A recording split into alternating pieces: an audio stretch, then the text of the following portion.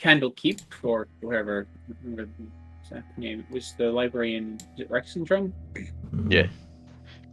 But we ended up searching for Metrius. And we found eventually in the study room where he was last seen a portal to this house. And he was going out and got trapped. He's on the other side. We were exploring on the inside. We found a number of book letters on the back of them. Letters on them that were similar to the book that brought us to the portal opening. And we ran into 2 homunculi in the kitchen that were created by Vistandia before we ended up encountering some fairy dragons in the garden who caused all sorts of fun and chaos. There was a mimic chair that also caused problems, and then we went upstairs and found a laboratory before finding a map of the night sky with a couple extra stars that shouldn't be seen at the same time. There was also the books, the letters on the spine, and we have the letters R-I-E-Y, and then I think we need like 3 more. Yeah, we found the cats and the familiars? Were they? No, they were the homunculi. Yeah. Human and coriander. And then we had the fact that Reto was summoning imps in the basement. And that's Freytor was another person who was close with Vistandia. She was in the planetarium. He's down in the basement, I think. Yes. And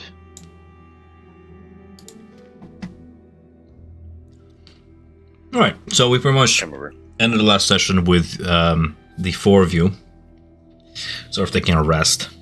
Like just an hour breather to retune yourselves to your spells and abilities, to go over your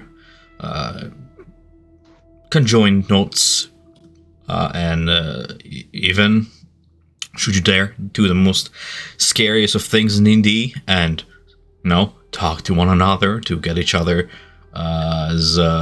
backstories and maybe like see what binds you as a group more. You could have taken time to do that as well, and still can, as I put us back onto the map. We are right over here. I did add, just for funsies, because I was curious to see how much XP actually gets given during this adventure, I did add an XP bar below your health bars. That's what that yellow stuff means. And for those of us new to D&D, XP is pretty much what you get when you roleplay, when you explore, when you defeat foes. Depending on the challenge, you get experience points that are a way of your character progressing through their strength levels and whatnot. And when you reach the max of that bar per level, you level up and gain new abilities and whatnot. Some DMs sort of just run a milestone system. Some run an experience. I just want to see what happens when you run an experience system. But yeah, especially I'm gonna check with Anna here with your character, Ella. What's on Ella's mind? What is she doing as we kind of sort of return to our adventure?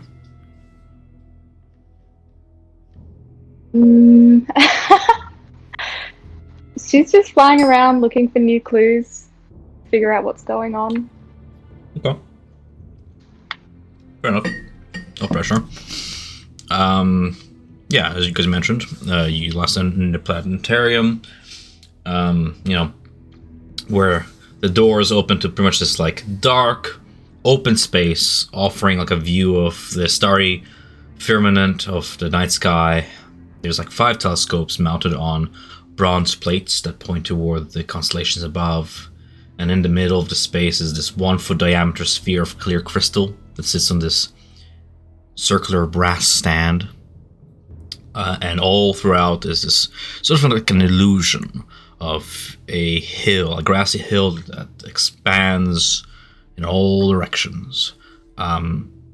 Behind you is a little almost rectangular cutout, what it looks like from here, into the room where you came from. And before you, just open, is another one of those rectangular cutouts in space that leads past a door to another room, back in Festadian's mansion. Looking past that threshold, you see what looks to be some sort of a chained library. You see this room is bare, except for like a bookshelf covered in chains that stands against one wall. There is a plain bench set before it, and like a reading desk built into the shelves, as well as a book with the bust of like this mage-like figure on the cover of the book that sits upon the desk.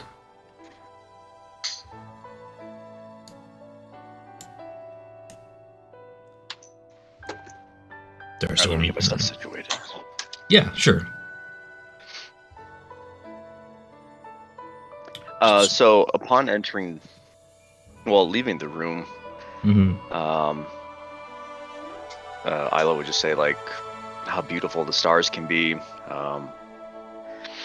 It's such a shame this place is starting to lose its touch. This would be quite the room to get lost in. And then, let me see about the music. Yeah, we're good. The bus that you had mentioned, is there like a name that goes with it, or any kind of like... Sorry, the what I mentioned? You said there was a bust like of a head? Yeah, so you look, there's no title, but it looks like the same face that you saw on the other books that you've collected. Specifically, the book that you've collected first was this one, right? And so the same head and shoulders features of this individual. As you kind of study the face, you can go ahead and roll me like a history check to see if you like recognize this individual. Okay, easy enough, more than what you needed. This is a depiction of Mordenkainen, I would say one of the greatest mages of this era. Many those who study the arcane and are of astute mind look up to Mordenkainen and his mage circle when they pursue their dreams of crafting new spells and pretty much discovering yet undiscovered corners of the arcane, of the ethereal, of the far realms. Think of this individual as a planeswalker of some sort. So powerful is he as a mage that he has discovered a way of breaking reality itself, time and space, in a way that he can traverse it to make further discoveries. It's a very known figure that has authored many spells and scrolls and books, and seemingly whoever first wrote The Joy of Extradimensional Travel has honored Mordenkainen with a little depiction of him at the front. The book that you see like has that at the front cover, and along its spine is like the letter L. L. That's one of the books we need. That's another one. There's only, I think, 2 left. 1, 2, 3, 4, 5. We have R-I-E-Y-L.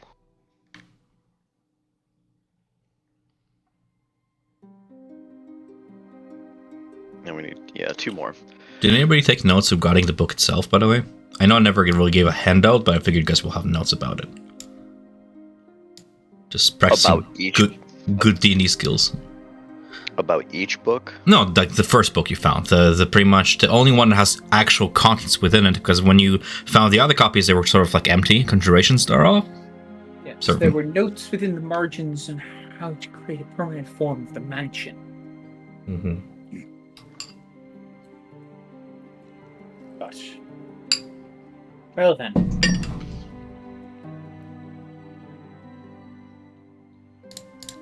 So standing before this book and bookshelf and seeing what I posted there in chat, sort of already see. Is there anything that any of you guys wish to do?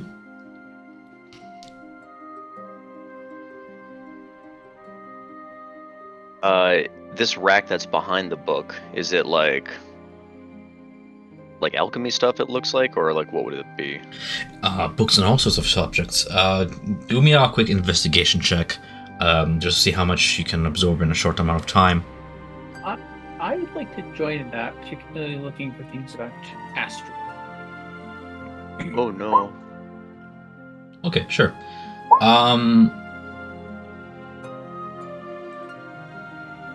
The 3 bookshelves are filled with various books bound in like iron covers, which are attached to chains to secure them to the shelves, like a chained library. The you see that most of Festandia's most treasured knowledge is kept here. There are rare tomes on the sciences, arcana, and alchemy, as well as books about planar lore as well, yes, and the summoning of fantastic creatures. But overall, the books are firmly affixed to the shelves by these chains that you can see that they have like a slight glow to them that shimmers, and they seem to be secured to a shelf.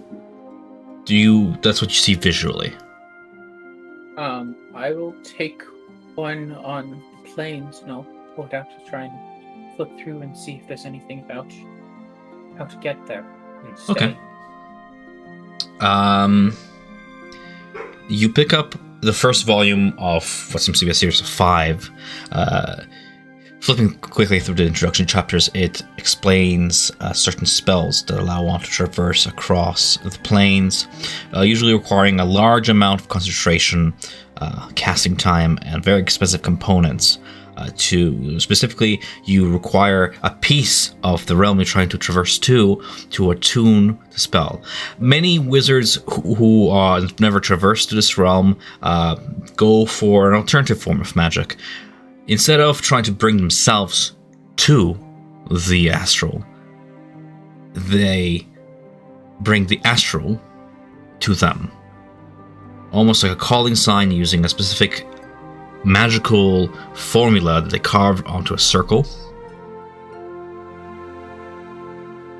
But that you get closer and closer toward a concrete answer that you were seeking when you feel the book lift out of your hand and you hear the rattle of more chains.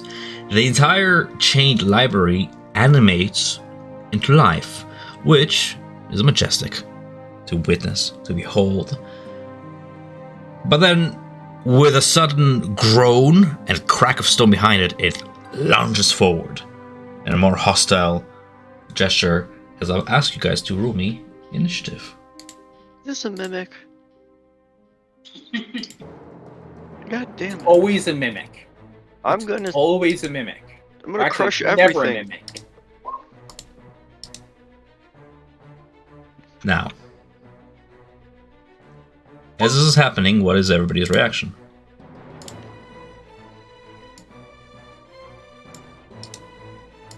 More to be expected because it's a place of magic, so I mean, makes sense, but with a low initiative, I'm just kind of caught off guard, just thinking it was just a normal bookcase. I should have known better.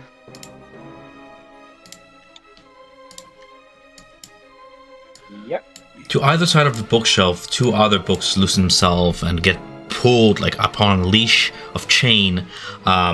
To your left, you can see they float 5-10 feet above your heads and coil back like cobras, opening it up. They have this wicked-looking iron-bound spine that could bludgeon. And then the entire library animates as well. It's a very claustrophobic space, and there's only the exit behind you. As you feel the chef already press against you, to move out of its space is gonna be like difficult terrain essentially, because I have to move into the room. But there it is. At the top of the round, we have Eric, who's been sort of keeping an eye on all this and is sort of seeing this coming as everybody's like concentrating on the books and stuff, and the shelf begins to animate. You saw this first, so go ahead with your turn, then Alex. Real quick thing. Ella rolled twice. It looks like her initial 23 did not get in the order. That's fine. Yeah, she got a natural 20. Nice. So, Ella, fun fact, when you get a natural 20 on initiative, there's a little homebrew rule that a lot of DMs use that you can pretty much either choose to put yourself at the top of initiative, or you can put yourself somewhere else if you think that you, as a character, would wait a little bit, let your friends go first, and then kind of bounce off action off of them. But it's really up to you where you wish to put yourself in initiative. Otherwise, I'm just going to put you right at the top of the round. I'll go last if that's okay. That's all right. Absolutely your choice. So with that being said, we have Arx.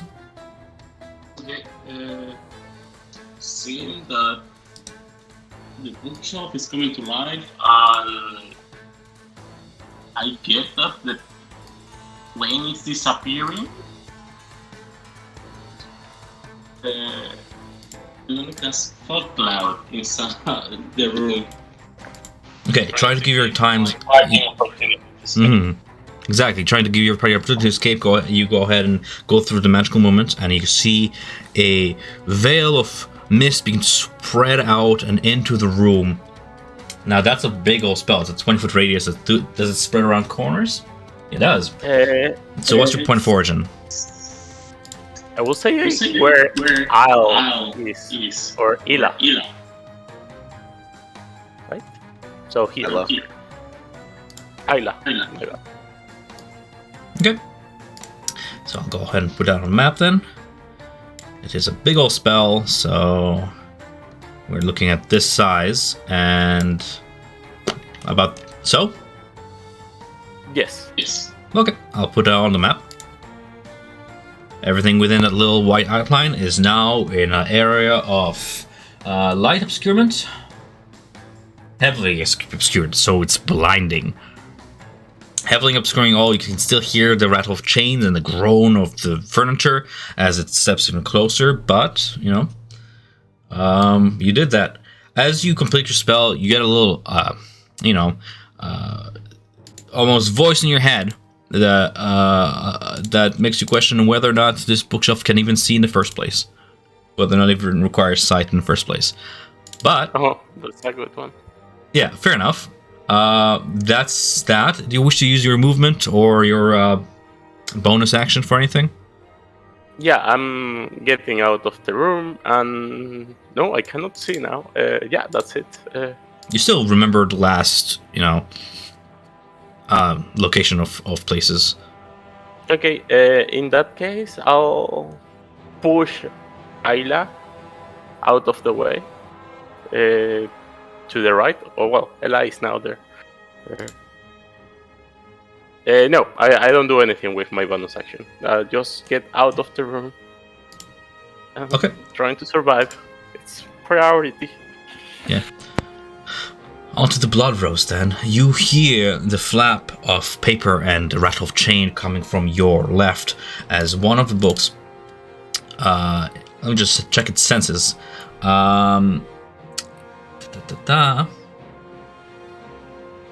Through the fog, you can see its silhouette draw closer as it goes in for a bludgeoning book club.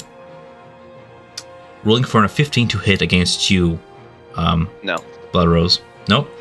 It just rebounds against your shield you're holding aloft, or what are you blocking it with? I just kind of I have a great sword, and so I just use just kind of like deflect it with my arm, like any armor that I have on my forearm and stuff. Fair enough. It does operate as a swarm of swords, so it will finish its turn on your space, just so you know. With that being said, it's Elenian's turn.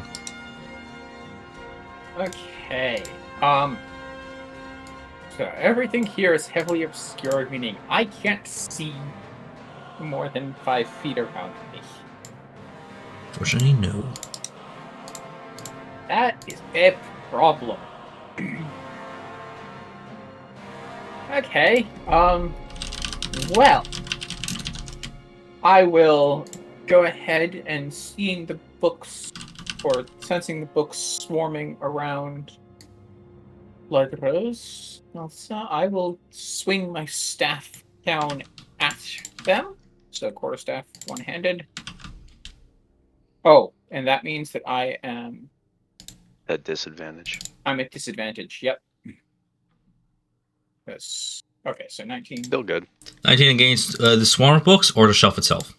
The swarm of books. Okay, that hits. Go ahead and roll me damage. 4 points of bludgeoning damage. You dent one of the spines of one of the books assailing Isla the Blood Rose for a total of 4 damage there. Awesome. Bonus action, martial arts. I'll swing around and try and grab it with my hand and slam it into the wall. However, I believe I missed. Okay, trying to follow the silhouette. Unfortunately, you grab at air as it has already moved from its position, sort of following Isla's movements. But nonetheless, that's that. Ultimately, I think I am stuck. So yeah, that's my turn. I mean, Okay. you can move through if you want. You probably just Because it's 5, 10, is it 15 to get through the difficult terrain plus ally? an extra Or does that 5. not stack? Because if it would be 5, 10, 15, 20, 25, and I only have the 30 movement, so if it is 15, then I'm stuck, I think. You should be able to poke out on either side of. Well, I mean, well. it doesn't. Difficult terrain does not stack. It will just be difficult terrain So where you are, and difficult So then- terrain. Yeah, I will move to here then. fair enough. Kind of squeezing between you and the bulky furniture, and passing by Ayla and the fluttering books and stuff. You get out of the room, still in the fog though, as we have you escape from the reach of the animated book shelf. Unfortunately, that would be against you, Ayla. 2 attacks from the animated chained library. A natural 20 for first one as it just slams you against the corner of like the door frame, and then a 16 I don't believe hits against your armor. No, it beats. Yeah, it beats it. Okay. Are you However, still- okay. each attack loses 3. If it's a non-magical weapon, it's reduced by 3 because I have heavy armor master, which reduces everything 6, 5, 6, 7, 8. Oh, yeah, that's still too much. I'm down.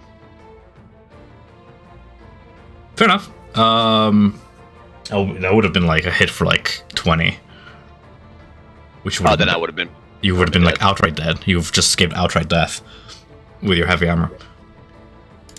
Okay, so downed but still breathing with the chain library. You have Isla go down. Unfortunately, that's going to be the beginning of your turn right after, as the chained library cannot escape this confinement of the room because it cannot squeeze through that door frame. It would just not make sense whatsoever for it to like even pivot and squeeze through. So it's stuck in that room. Isla, you're gonna make a death saving throw. Okay, that's 1 success. Yep. Alrighty then. With checking the reach of this thing.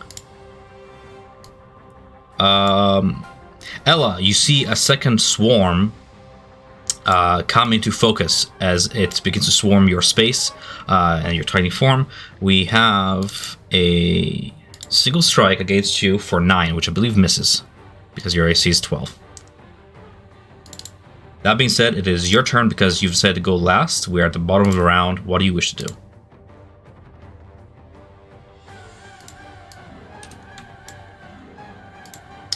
Ella, Hannah. You're muted. Yeah, Sorry, sorry. Can I use the healing light to heal Isla? Absolutely. And describe what your character is doing and stuff as I go ahead and read over that effect. A CPR? Fuel is bonus action. Oh, it's a bonus action. Nice.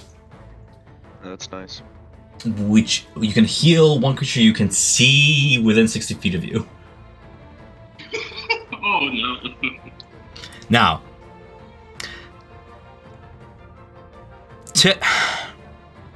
usually heavily obscurement is rough because light obscurement provides like disadvantage on perception check, and heavily obscurement just outright blinds.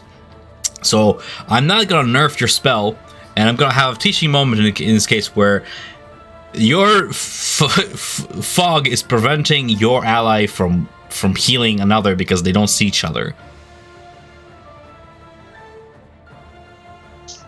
I know. That being said, you are in luck though, because the healing property is a bonus action, and to grapple and move somebody is an action to grapple them, and there's no contest because the body's unconscious essentially. So what you can do, Ella, is if you wish, you can grab the Blood Rose, and you can drag her across the room to the safety of the astrology room,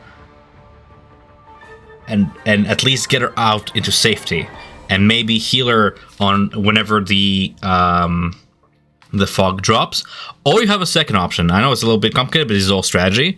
You could do what's called a prepared action, where you take an action to use your reaction during later in the round to do a certain action when a trigger is met. For example, you can be like, as soon as I see Isla the Blood Rose, I heal her.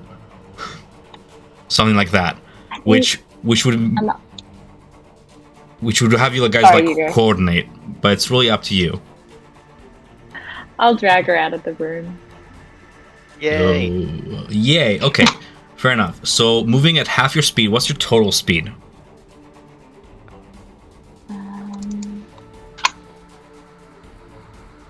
It is 30. 30? Okay, so we have 1, 2, 3. That's half of 30. Dragging your ally out of there as well at your half speed. You escape out of the range of the bookshelf. It will take an attack opportunity against you, the moving target, which you can detect with its blind sight. But we'll see if that even hits. Nope. And we have one reaction out of the library as well. Nope. So in luck, you dodge, being the fleeting small creature you are. You get your ally out of there. Still something. That's good. That was your action. That was your movement. Do you have any other bonus actions that you might want to use, or do you want to just hold off for now? I'll hold off for now. Okay, you did good. That was a good move, especially with those lucky rolls. Question though, if Elenian, can you hold a bonus action? I'll have to look into that. I think yes. Think you can. You can. I think you specifically prepare. But you need to use. Yeah, you need to prepare an action. That's the only thing, though. But you can't swap an action for a bonus action. No, but that's what I'm saying. You can use your action to hold a bonus action. It's very weird. I guess you can. I'll have to look into it now. Either way, it doesn't really apply to it now because she's already done her turn. Yeah. As we move on to Arix. Seeing that everyone should have escaped by now because of my really good idea of fog cloud. Yeah, all thanks to you. Yep. I'll drop it down. Okay. And when I see that Isla is down the ground, I get inside the room trying to shield her with Mighty, and I'm taking the dodge action at the moment. Fair enough. So, the book swarm that was on Isla is going to go ahead and move on its chain leash over yonder. You are dodging. It's going to go ahead and take a disadvantageous attack against you. Let me just... I'm just making sure that I can toggle. Advantage, toggle. There it is. And disadvantage. On its book out against you, Arix, it's going to be a natural 1. You just it's a mix. bashed away, shielding Isla with your life. That's going to be a miss on it, as we have Elenian take his turn. Okay. So, I see that is down, so I will move to here. And I will do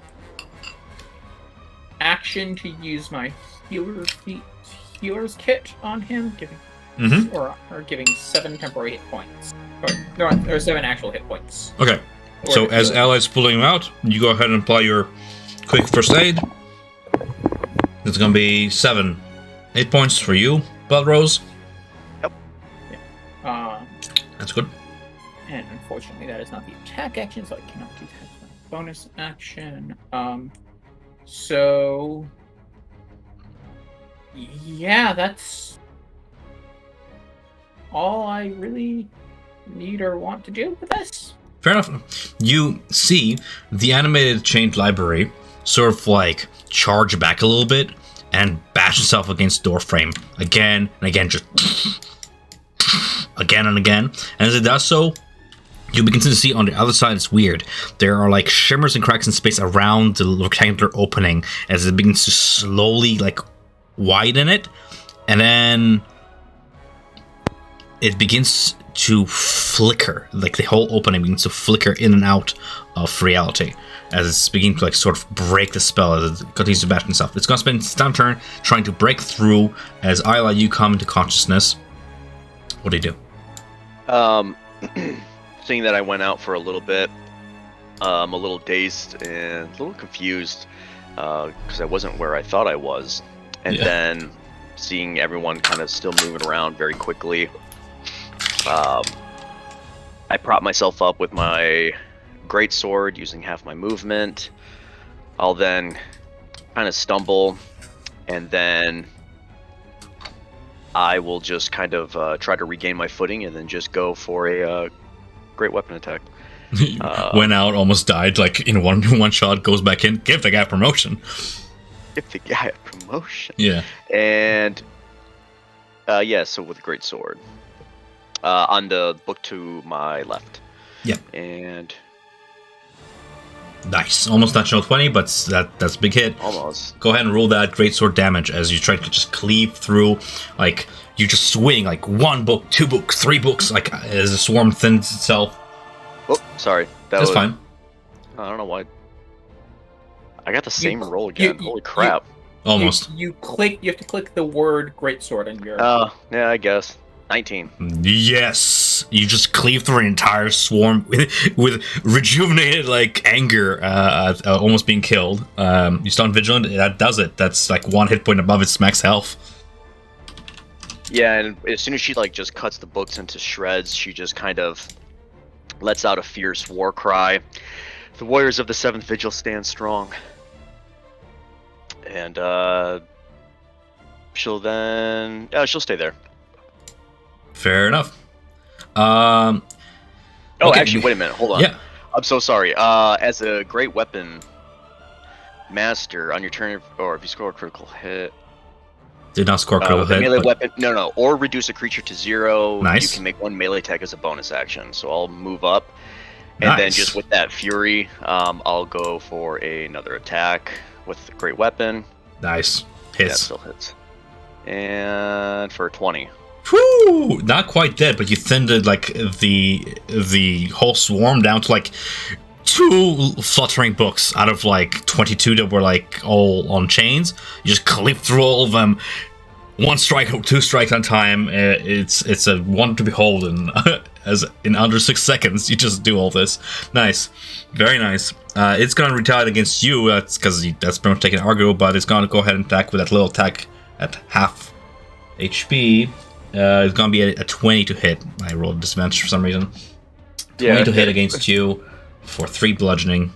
I take 0 because I have heavy armor. Nice. Get out of here. The 7th Vigil stands strong. Ella, it is the top of the bottom of the round. Your turn. Do you wish to provide the healing that you want to before, or do you wish to do something else? I would like to do something else. Okay. I would like to maybe attack with a rainbow spark from my hand and then fly away. Cute. Okay, who are you targeting? Are you targeting the 2 remaining little books on chains, or that are being cleaved by your ally, or are you targeting the big book that's kind of sort of bashing itself through the entrance? The big bookcase. 2 books. Okay. Go ahead and roll for your spell that you're using there, or to attack. Nice. Go ahead and roll damage. You can roll damage by clicking the Eldritch Blast. Nice. That does it. How does this spell manifest? How do you destroy the swarm of books? Maybe with my pixie dust. Nice. You can see a rainbow-like radiance shoots out in a bolt that hits and splits itself in a little last second, hitting 2 books, and there's like a little sparkle in the air as pages just flutter and the book covers drop onto the floor, animated no more. You have a choice, guys. You can stand your ground and, destroy Stanley's properties, or you can flee. You don't need to fight this big behemoth that almost killed your friend. It doesn't seem like it's getting out of that door frame anytime soon. You have the book in your hands, but you have a feeling that should you stand your ground, maybe it will be worth it, because you never know what else you can find. When it latched itself from the wall, was there like an entrance or anything behind, like a little cubby-way? No, you got a good look. It was just like sort of secured to the wall first, and then it latched itself. There's no hidden entrance.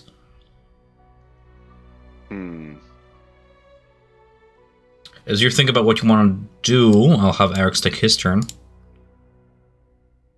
Okay. Destroy it. Destroy the literature.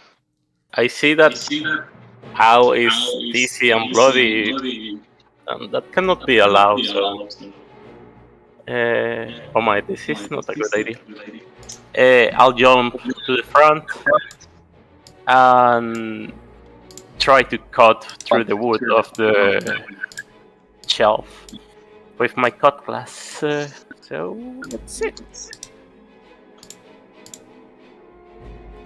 Does that 13 hit? It does not. It hits, but the wood is enchanted, and you don't make a dent in it as it strikes and rebounds against the shelf. And the bonus action, I have one. I cannot use telekinesis on myself, right? I cannot see that part. Well, if you link the things with your mind, you learn the Mage Hand cantrip. You can cast it without verbal components. So is the question about Mage Hand, or is it about something else? No. It's as a bonus action. Shove one creature you can see within 30 feet of you. One creature you can see within 30 feet of you is including yourself. Okay, I'll shove myself out of its range. Like a wind is gonna blow me away. So hold on, I just realized something. Is telekinesis like just a boost to your speed? No, What? telekinesis No. is a force movement, but it is constrained. It is either directly to you or directly away from you. This is what Bertrand has, and this is also what Samson had too. Yes. I don't think you can target. I think you can target yourself, but you can't move yourself with telekinetic shove. The movement has to be either towards you or away from you. Neither of which is possible to do when you target is you. Okay, Yeah. no worries. I'll just seeing that the wood is really resistant, I'm gonna open way so Ayla can use her mighty weapon. Use mighty weapon. Okay, you take cover around the corner. That's going to be a bonus to your C and its C if you want to strike it in return. It's going to be Elenian's turn. I will move up. Are you really doing this? Quarterstaff hit at this thing. 12 misses. Misses.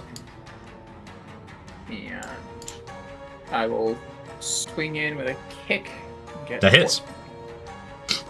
Of course, the kick hits. 4 points of bludgeoning damage. Fair enough. John? And then I will. I will go. Well, I'm getting out of here, and depths as I blink out of sight and reappear. Yep. Alrighty then.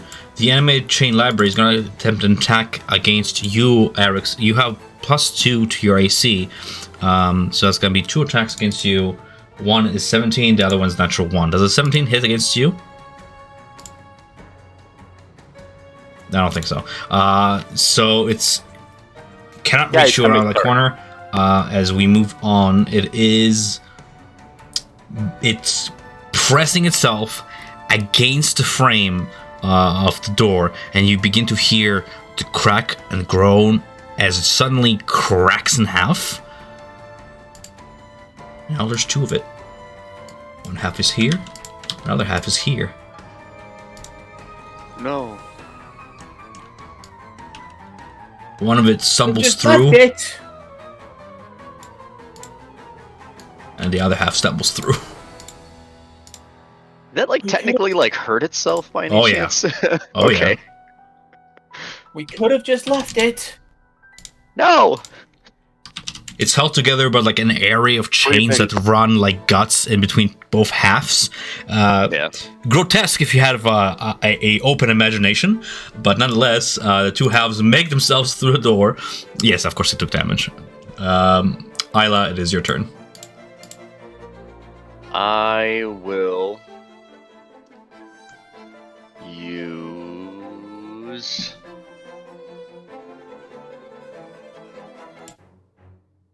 what am I thinking of here?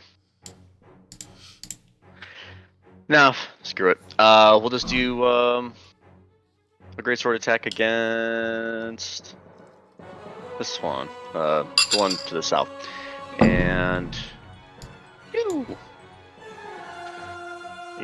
Hits. 14. That's weird. It's like 19 plus -5. So that's Yeah. 14. how much? 14? Yeah. Yeah, that hits. 18. Nice. So, already split itself in half. You add it onto the splinter as you slash and get your sword in between one of the already cracks formed, and you wedge it in there, and you crack apart. It's barely like that half is barely standing at this point. Okay, and then I'm going to use my War Priest ability to make another bonus action attack. That was only when you kill something or critical strike. No, it's a War Priest ability. Nice. No, Stacking. but it's War Priest. Nice, nice. Bonus action, you attack with your wisdom. Yeah, I'm just learning. Yeah. Cool. Let's go again. 15. It hits. How do you want to do this? 20. Yeah. Just the same thing again. Just taking the blade high above my head, 2-handing it, and then just with like 1 step going forward, just cleaving it. You see books and Shredding chains and paper. splinters of wood just sprawl outwards on this astronomium as the other half advances. Anything else on your turn? Boop, boop, boop. No. Ella, bottom of the round, it is your turn once more. As you see, there's only 1/2 of the bookcase remaining. What do you do? I'm going to use my rainbow spark from my hand again to attack it. Worked wonderfully before, why not do it again? Go ahead and roll for that. Channeling your patron's energy, you form it into an orb in your hand and launch it forth. And it hits the bookshelf and sprawls out. You deal some amount of damage, but less than you expected, as technically it hits, but I'll flavor it like, you didn't miss your target. You're adding in to the combat, but it still stands. Do you wish to do anything else as you see the spark and sparkle of your spell begin to dissipate? No. Stand your ground, okay? Eric's, go ahead with your turn. As it is looking at Isla, obviously, and not me, I'll look for the weak spots in the wood, because that's my thing, and I'll try to cut it. Sure thing. Using your roguish sneak attack features, you roll for 24, it hits. Go ahead and roll without sneak damage. 5 piercing. Plus sneak. No, it's it's a cleric. It's not a rogue. Oh, I don't know. You were describing it like you were doing sneak attack for some reason. But five damage applies. Okay, that hits. Anything else? It's no, that's all. It's just for his expertise on shipwright. So Gotcha. Okay. he knows. Yeah. Fair enough. That's the first strike with a cutlass. Do you wish to follow it up with anything else, or? No, no bonus action. Okay, you let Elenian take over. Go ahead, Elenian. If we're doing this, I will come in here, kick off of the wall, swing in with a quarterstaff, coming straight down. 10, which will miss. It's just a little bit tougher than quarterstaff as you hear the quarterstaff being to like crack a little bit, chip at places, but you check it. Oh, it's not broken. Good. Plant the staff and spin around, doing a rising kick off of that. 14 hits because they forced the kick hits. With 4 points of bludgeoning damage to the All right, you cheap at it. It's like watching a martial artist break pieces of wood in training. Very keen to that. We are breaking furniture.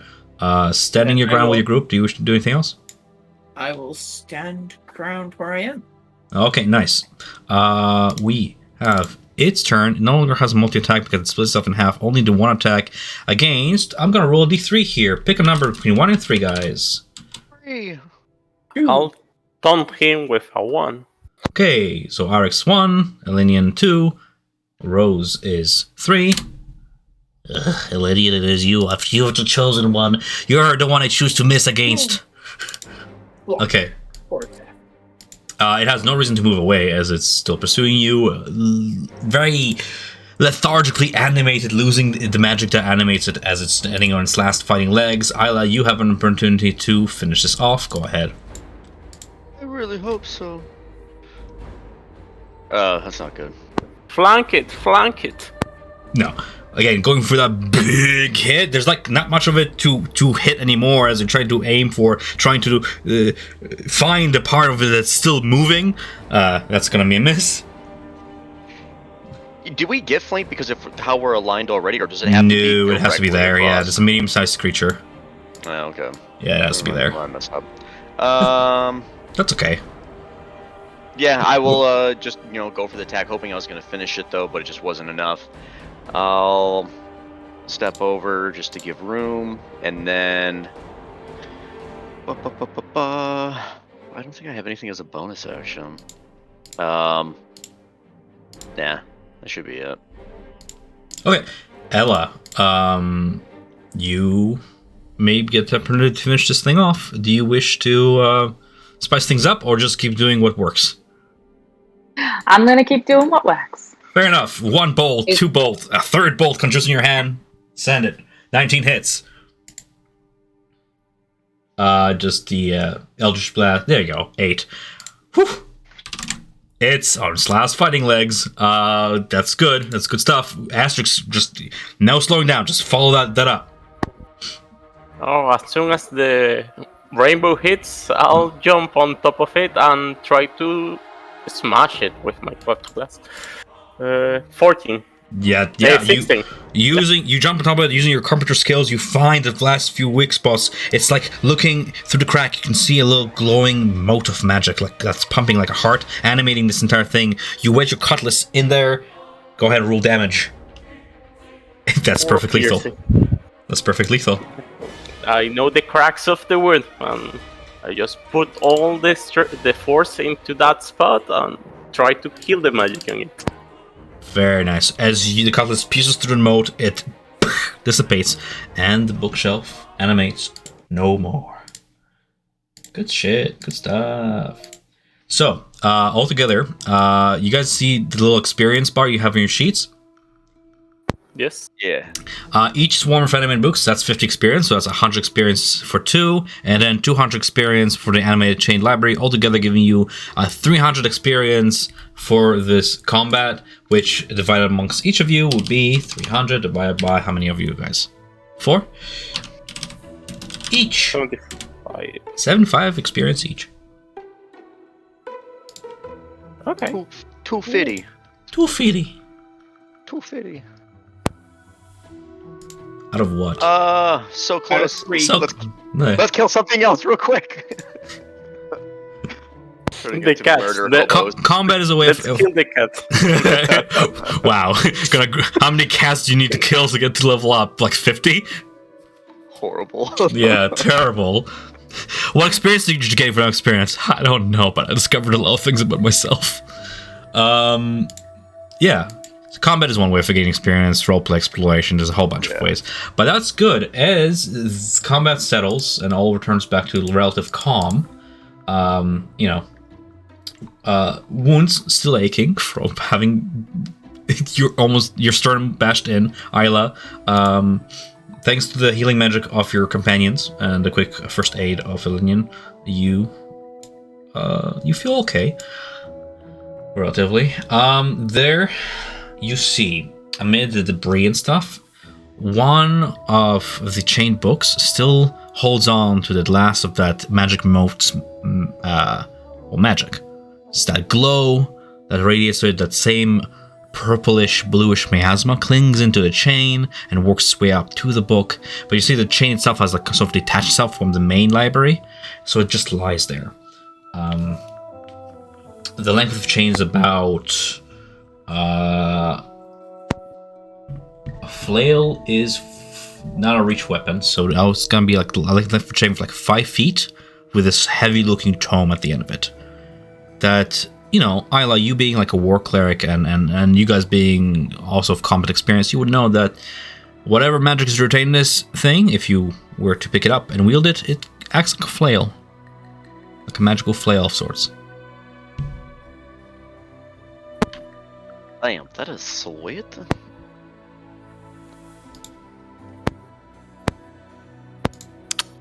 I do appreciate the bit of help there. Everything went black real quick. Yes, these, and I'll show a small syringe. These are useful for getting people up and moving again. You'll feel it in the morning. Oh, no doubt. Oh, I'm in debt to you. I appreciate it. Be warned. Using too many of these, using more than one of these in rapid succession is dangerous. Getting cyberpunk And vibes. liable to kill you. Cough. I can only use my healer's feat on each person once per short rest. So I can no longer use it on you until we rest again. Be careful to use too many syringes or get cyberpsychosis. It's a pretty cool looking weapon. I feel like that'd be like super metal for like a wizard to have. Yeah. Here's a fireball, and I slap you with my spell book. Hit him with that knowledge. Yeah, hit him with the knowledge. That's a good one. Yeah. You got inspiration from that joke, okay? Both of you guys. Oh, thanks. I'll use it to gain advantage on next time I wanna one-shot kill the cleric. Yeah. Oh, thank God I had heavy armor. That would have been bad. Yeah. Like DMing me on the side. Hey, quick, roll a new character. But seeing as the book is magical and still alive, I'll grab some of the splinters and pieces of wood off the shelf and carry it with me to do great things with it. Cool, yeah. Bind a ship with memories. Aside from that, you do have the book with the letter L on it as a reminder to add to your array of letters. And you were talking about it before. I'm just gonna correct you. I think you need 7 books, not 8. 1, 2, 3. Wait, 1, 2, 3, 4, 5. Yeah, 6. Yeah, I have 7. You have 7? No, I have 7 spaces, and Yes. I'm writing each one. So I have RIEYL, and then 2, nothing. All right. What do you wish to do from here? I will quickly grab that book that I had been reading before this thing attacked. If it's Okay. still in reasonable Sure. shape. Yeah, it But is. just throw it in my bag to read later. Mm-hmm. Well, kind of book here. I've dealt with this as much as I enjoy being in this room here, looking at the stars. We should probably continue to search.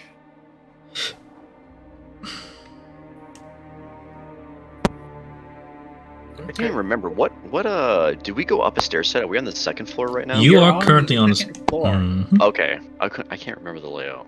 Oh, the first floor if you're British or Canadian. What? We have a ground floor, then the floor you're on is the first floor. Oh, Get mad. I am mad. I don't like that. It only works if you call the first or ground floor 0. Yes. You're one floor up. And it's There. okay. Floor 01, my coder. Oh, yeah. Of course. Alright then. Well then. Shall we go out this way? There's this trapdoor in the ceiling. Yes. What size is a trapdoor? Like a normal, or it's? Easily okay. you can fit in, but it is like big enough for a elf or a human to fit through, being Fistandia's house. If you the only issue is trying to get up there. There's the little mannequin with armor that reaches halfway up the floor, standing like 5-6 feet up, but the ceiling is about 10 feet off the ground.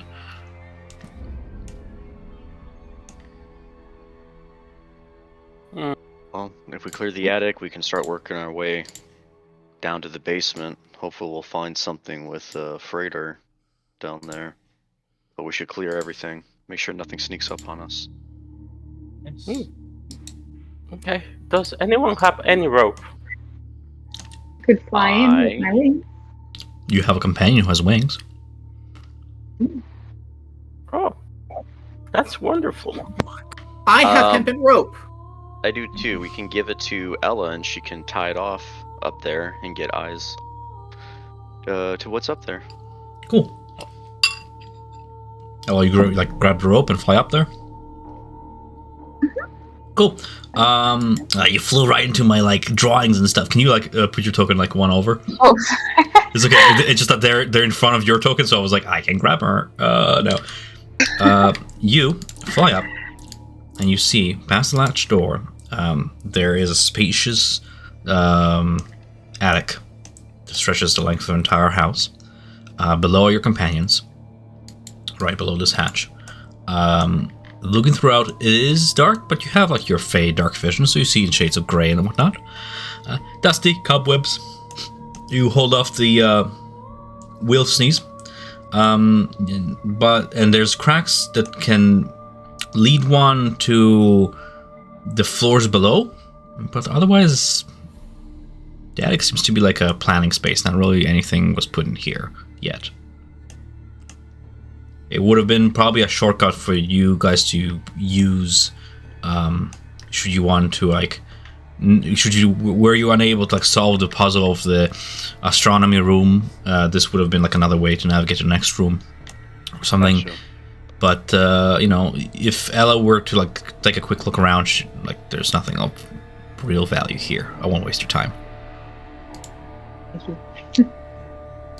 Whee!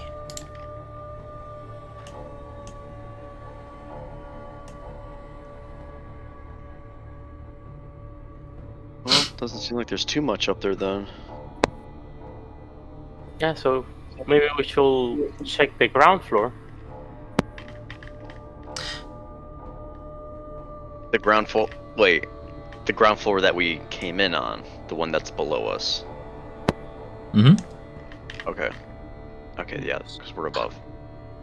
But did we check all of the first level Yes. / ground? Okay. Or no, we didn't check all of the level below us, I think. We checked all of this level. Oh. Alright, Well, let's jump back downstairs then. Yep, I will. Stacking goes up so I can do this. There we are.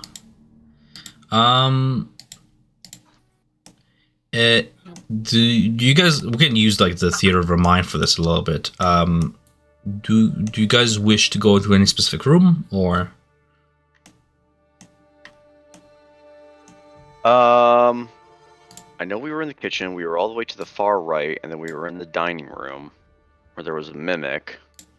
I will go into. I thought we did all this. I'll go back into this room and. Right, as a reminder, because it has been a month. We got distracted when we were in this room by noises in the kitchen. Right. Elenian steps into the study, where you can see the entire far wall of this room is a floor-to-ceiling bookshelf. Even more books are resting on several large scarlet armchairs and small wooden tables. And so there are several paintings on the wall here as well. Yeah. You guys found one of the puzzle books here, the one with the little eye on its spine. But Goop sort of got distracted and split up. Yes. Well, I'd like to go about searching this room for more things related to astral, but also anywhere where something could be hidden. Sure. As Elenian is doing that, anybody else is doing anything else? I'll go back into the kitchen and I'll start rucksacking wherever they are preparing. I'll give it a try to everything, like putting the finger, carrying a bite, taking their ingredients away. Fair enough. So, Elenian, go ahead and roll me an investigation check. And there you go. Arix, you enter the kitchen and you can see that Coriander and Cumin, the two homunculi, are almost done at this point, quickly and magically crafting and baking the cake that Ella asked for about 20-30 minutes ago. Finishing to decorate them, but they have left all the ingredients on the counter, including like a sack full of cinnamon, sugar, treats and stuff. They even have like a few cuts of crust that they baked and then like discarded in a pile for you to just sort of dip in to. You find like a little like marmalade mixture, and then you dip into like some cinnamon and make like a makeshift churro for yourself. It's a good time. With a 21 investigation check, Elenian, you have pretty much picked up the astronomy books from this room before and added them to your collection. But, you go through the various shelves and you see, curiously, 3 books have covers that match the paintings on the wall. One book's cover features like this large green dragon emerging from like a grove of pine trees. Another book has like this cover of a Pegasus in flight, and another book has a portrait of a unicorn in a wooden glade, and they're matching with the pictures. As you curious as you are, as you go to pull them out, as you pull out the third book, you hear a mechanism behind the wall, a series of gears, as one of the bookshelves slides back and then sideways behind the other bookshelf, revealing like a secret passage.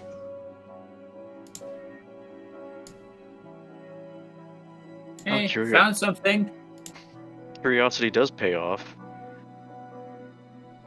Yes. I was going to say... I wonder what's worth hiding behind such a thing. It's probably down to the basement. I haven't seen a door or a latch or anything. Well, what do you say we head down? I will. Well, going over into the doorway. Is there light down there or no? There is. Let me take a look. No light. Where are you going? No, the sense of darkness. All right, I'll take a torch out. Yeah, there's a lantern behind you, but there's a sense of darkness. Arix, and whoever's partaking in snacks, go ahead and add like 3 temporary hit points. Oh, nice. Yeah. The food is like a little bit magically enchanted to taste absolutely delicious, and once they're done with this cake, it will be a reason to celebrate. So bringing out a torch, Isla, I think I can just do this, and then just give you control of it. That. Yeah. Can you move it? The torch over here. Can you move it? Oh, yes. Cool. So there you go. Anybody wish to stay upstairs for any reason and do anything before following the party? We got everything that we need up here. Okay, so what's our marching order then? Elenian at the front. You here. Yeah. I'll go last. Okay. Addicts go last. Okay. Whoops, I'm moving the sky. Sky's falling. Alright. The sky. Whoop. And... whoop. There we are. We are over down here. So we investigated. That's 50 points, right? Just kidding. Not quite. While I was in the kitchen, I killed the homunculi on the cats. Okay, I want that for myself only. I mean, you're joking, but you did find a new book. I think I actually gave you guys experience for books last time I rolled for it. I'm going to just scroll up before combat. You Anime Broom did 25 per book per character. Yeah, go ahead and add 25 experience each, guys. Oh, god dang it. Your art. Quick, find another book. It's called consistency. I'm just following consistency. I know. Yeah. I'm just being a person. There are cats. I'm just saying. You could have killed Matreus. A door. This seems to be a door, and I will open the door. Okay, it's not locked. You go ahead and open that. There is two doors. There's kind of in the torchlight you saw a door right in front of you down the stairs, and there's one over here. Oh, I Yeah. didn't realize there was a door there. It's okay. It's kind of probably hidden weird by the dynamic lighting because I didn't. Yeah. I discovered a new way of doing doors with dynamic lighting where you can make like two one-directional walls that face sort of both ways, depending which way. So I never remove a door. I just put the characters on the other side, and then you enter a room and close the door behind you, and you can always see the door, but not the room beyond. It's really cool, and I'll show you guys in Crystal Stride when we play. It's just a very nifty DM trick that somebody showed me on Reddit, and I was like, that's really cool. That's how it should be, because when you enter a room, you don't leave the door open. What do you mean? I'm entering the room and leaving this door. If it's like weighted hinges, it will close in on unless somebody's holding it, right? So it's just a good way of. Yeah. Fair enough. Unless you have like what is that thing that you put in Castle Ravenloft? The piton? Icons. Yeah. Yes. Anyway, entering this room. Anybody proficient with like alchemical tools or anything of the like? No, not me. Not by chance, okay? Yeah, not really. Okay. You enter the room. The air here smells of this astringent chemical smell. Long wooden tables stretch across the room, laden with vials, beakers, and flasks holding various liquids and powders. You can see books are stacked between the glassware and chemicals. Yellowed paper charts and a blackboard full of complex formulas cover the walls. What do you do?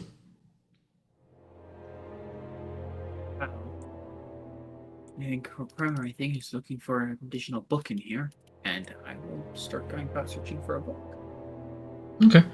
Go ahead and roll me investigation as you're searching amid books. It's gonna take you like 5-10 minutes ish to just sort of rummage through most of them. As Elenian is doing that, is anybody helping him or doing anything else? Looking for the book, I guess, would be a priority. It seems like that's like our best way out. Because it seemed like Matreus was getting into some stuff right before that portal closed. Right. With that little like demon statue. So you can go ahead and roll another investigation check, Rose, or Elenian can roll with his proficiencies at advantage if you're giving the help action. Either You or. can roll. I'll help, but give advantage. Okay. Cool. 20. Awesome. Asterix and Ella, anything you guys wish to do in this room? You said that the room smells like chemicals. I'll try to see if there is any remainings.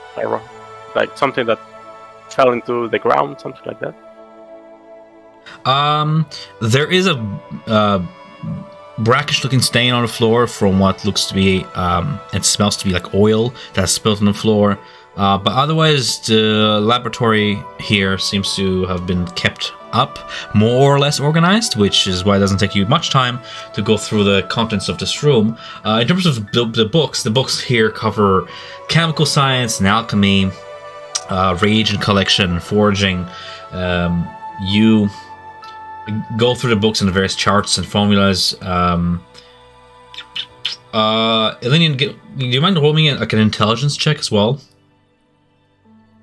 Okay. Yeah. You don't really get a sense of what's the main goal of the research that was conducted here. But you do see with an investigation that there are various elements here, metals and rocks and crystals, and a few pieces of gold terrain, so anybody's guess, really. Judging by the numerous scorch markers that Asterix finds when he's like kind of looking to see what's spilled on the floor, and the various like acid burns on the furniture, the laboratory looks like it was like the scene of like several spectacular failures at whatever they're trying to achieve here. There are 4 clay figures that rest on the table in the middle of the room. They range from like rudimentary, barely humanoid shapes to small, winged body so lifelike that it almost appears to be like a real creature that is merely asleep.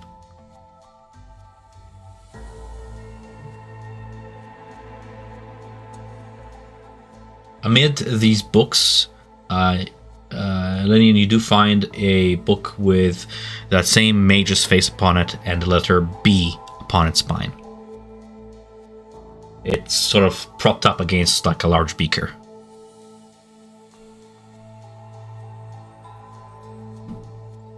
Interesting.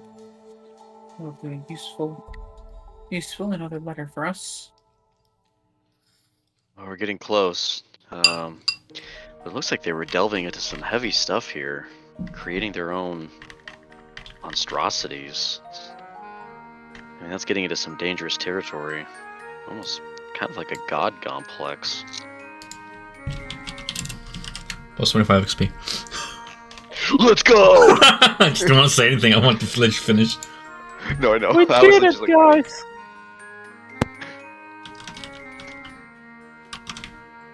My brain has an extra wrinkle. So, Why now I? achieving max experience for your level, your character's level up to level 2. Does Ella need help, or Ivan, you got to show her the ropes? Yeah, I'll show it. And they get invocations. So usually, you need to like long rest to level up. It's sort of in tune of as it goes, but we're doing a one shot, so whatever. For the fun of it, everybody level up. Okay.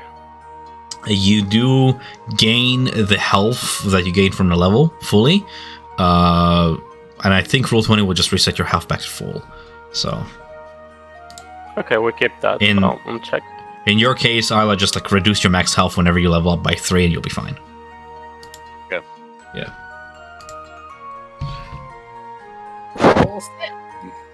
This has been a harrowing adventure that has grown your skills and has caused some of you to go closer to your god, some of you closer to your patron, some of you closer to the stars, some of you closer to the sea.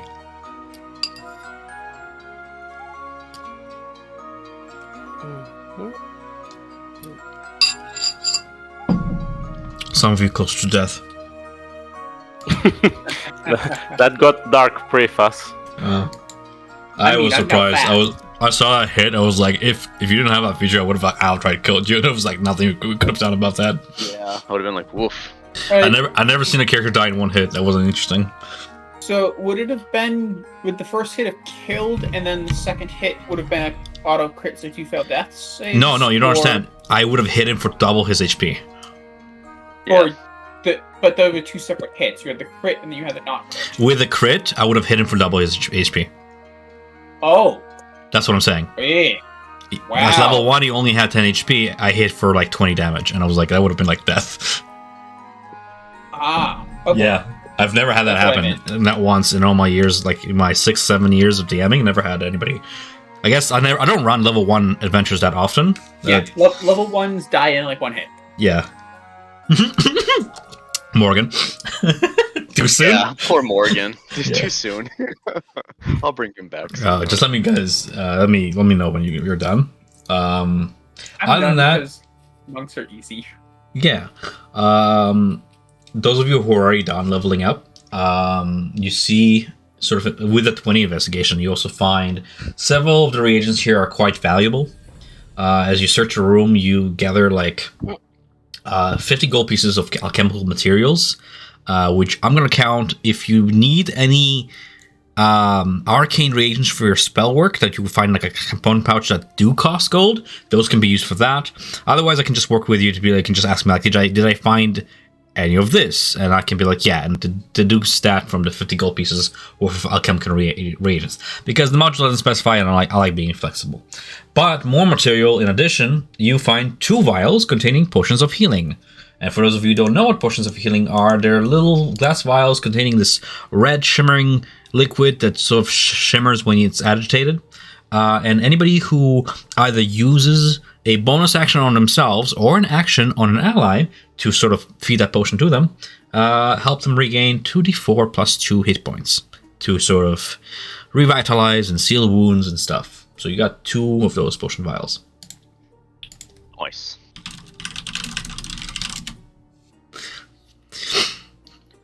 Would anyone like to take them, or feel like they should hold on to them?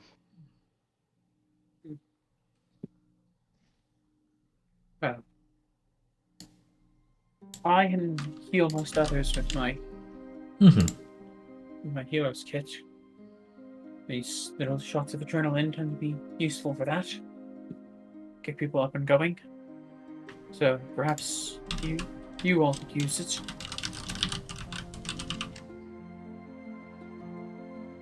I'll take one then. This is, you know, when you watch Critical Role and do little fun facts on the corner of the screen when they come out. At this point of the adventure, this is where I put up a little pamphlet with like, adrenaline was invented in 1904 by Fritz Stoltz. You know, like. But we're playing fantasy, so it's funny. Yeah, it's just you know. Already here, I think. There's an actual very interesting concept in human history where a lot of people believe that a lot of the knowledge that we have acquired now has actually been already learned like thousands of years ago, and we just kind of lost it and we relearned it. You know? Yeah. A lot of things that people think are magic or whatever is just science that was discovered before or something like that. There's no concrete evidence I can present before you. I'm just bringing up an interesting idea. Yeah. Everybody done leveling up? Yeah, everything is done. Awesome. Yeah, I believe that puts you back at 0 experience. I'm just curious to see how much more experience this adventure provides beyond level 2. Because I don't think you'll get enough because it's 600 more XP. I know. But here's the thing though. So above the table, this module is entirely played level 1. It doesn't level you up to level 2 because you use milestones. But I'm like, that feels wrong because like they achieve so much. You know, and level 1 shouldn't last that long. I wonder how this adventure goes on for level 2. That's fine. Anyway, but you do have all 7 books. Do you wish to keep exploring, or do you wish to? What do you wish to do? Oh, we only have 6. That is. I thought you had 6. Okay. Okay, you have the books you have. Okay. Yeah, you have 6. Yeah, we have these ones, and the best I can come up with is 5 letter for like. I can maybe come up with 5 letter like Libre. I don't know. No, there's nothing I can come up with that. So are you missing 1 book? Let me double check. I'm checking. Well, no, I mean we're RIEYLB, and then we're missing 1. Yes, but I'm just checking my notes to see if. Oh no.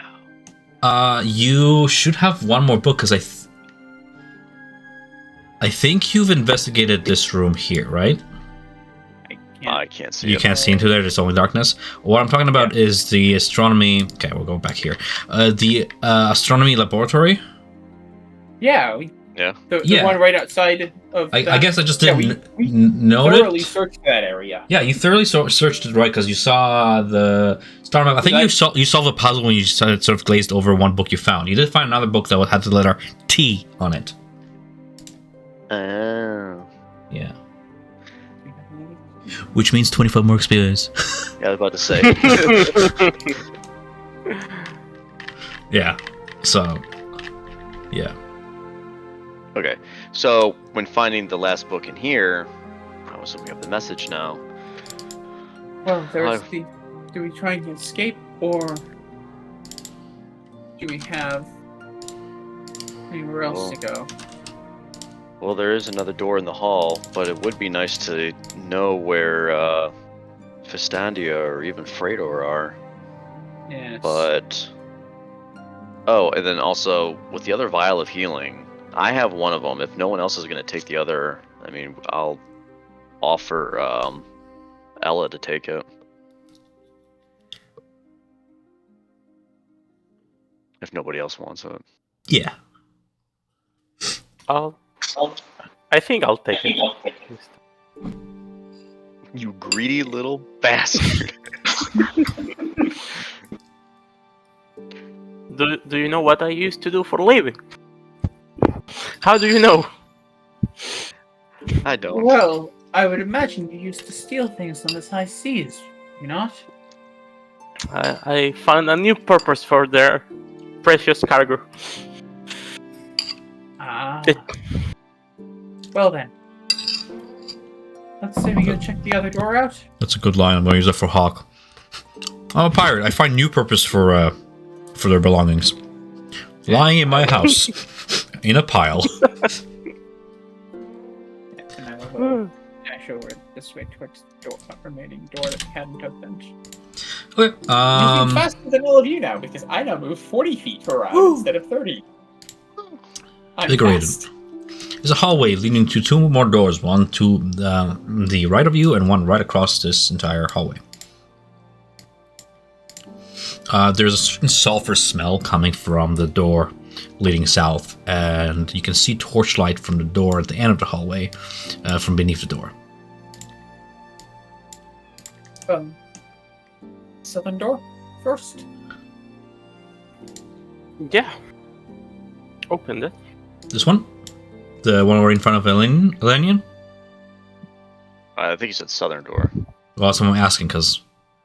Oh, yeah, I'll push open that door then. Boop. All right. Before you see the following. This dark, stone-walled room contains only a few objects. You see a 5-foot diameter circle of intricate runes covers the floor. There's an empty wooden bookstand opposite the door and a bronze set of braziers at the other 3 cardinal points of the circle. Whatever material they contain has long burned to cinders, but the room still smells of charcoal and sulfur. Sitting next to the bookstand is this, warty toad.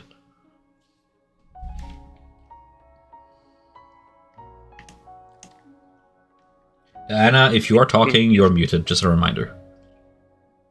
Thank you. I can talk to him, so I can ask him what he's doing in here. Right, because you have the big beast speech or whatever.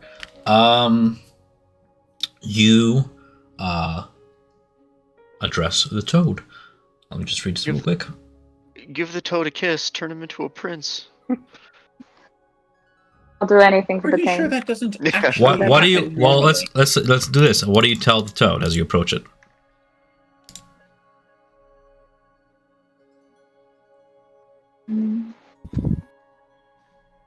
Maybe.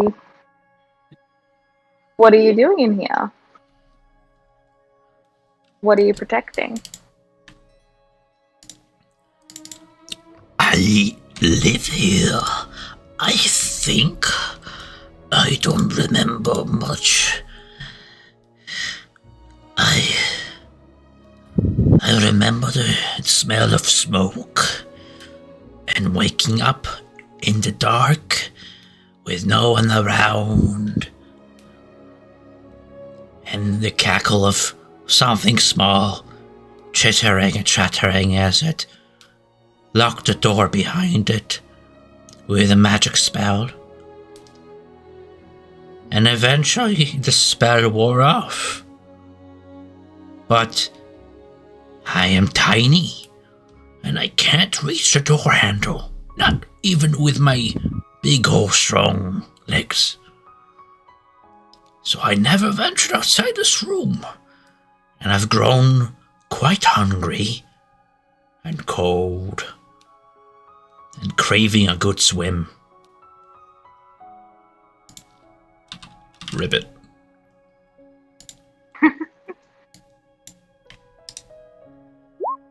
Have you got any food or sustenance on you?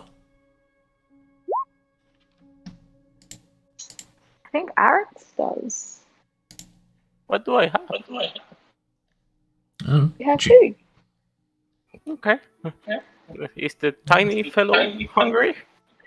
Starving. Is he speaking common or froggy? Gravy. He's speaking to Ella in Froggy. Okay, she's translating. Okay. I'll give him a churro. And a kiss.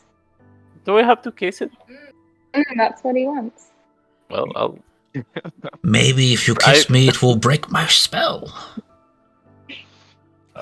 My mind, it's mired. I am very forgetful. I can't seem to recall anything before the smoke. And this all feels wrong. I don't remember hippity-hoppeting into this place. And I can't hippity-hoppity out. And then he begins to nibble the churro. And while he's nibbling the churro, I'll give him a kiss in the head. Because I was asked to do that. There is a certain magic there, but the form of the toad does not change back to a magical prince as you've hoped. Perhaps there is something more to be done in order for that to be achieved. For polyamphory magic is complicated. Maybe something to do with the magic circle, maybe something to do with the braziers. But a kiss alone does not seem to do it. I don't know these things particularly well, and I'll start looking, but I do know at least something. I'll start looking at the magic circle itself and trying to understand what's going on with it. Sure. It is sort of like looking at Mandarin, where you know it's Mandarin, but you're not sure what the language says, because does anybody here speak Infernal? No, Abyssal. No. Yeah. Celestial. So, I'm not even sure if Are they writings? Yes, there is a certain formula writing in Infernal around the ring of the circle and around the central pattern of it all. It has seemed to have been applied there with chalk that sparkles a little bit, as if there's something diamond-like ingrained in the chalk as a magical component. And whatever incense was burnt in the braziers helped a certain spell partake here. But you're not quite sure because you don't read Infernal, but you know it is infernal in nature. I believe I can read it. Do you read Infernal? Mm-hmm. The nature of the spell. Go ahead and roll me Arcana check. I'll give you the basics, but depending on your Arcana check, it will also add on to the basics of knowledge. The spell is transmutive in nature, meaning that it helps bind life into inanimate things. And grant intelligence into otherwise mundane living things. The spell was probably used by Festania and her partner in animating the clay figurines that made the homunculi. And this entire basement was probably a factory for those things. With a 17 Arcana check, you can tell that the spell was cast years ago. It wasn't cast anytime in the last few months, more like years. And the nature of it also is experimental, where they added onto the spell to help achieve immortality in a way. by communing with forces from the 9 hells of Batur, where the language comes from. The mages of this mansion risked commune with devils to bargain for eternal life. But it seems that something has went wrong because the spell is experimental, and if it would have went right, well, where's Vistandia and her partner now?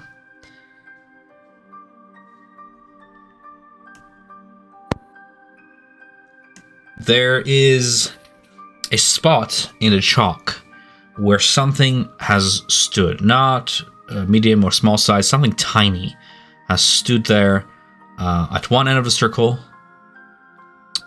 and it appears to have left scuffs, almost like footprints in the stone, like 2 clawed feet.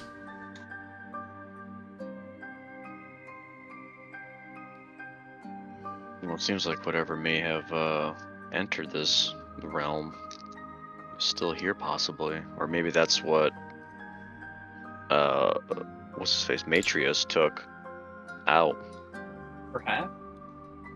Seems about the right size.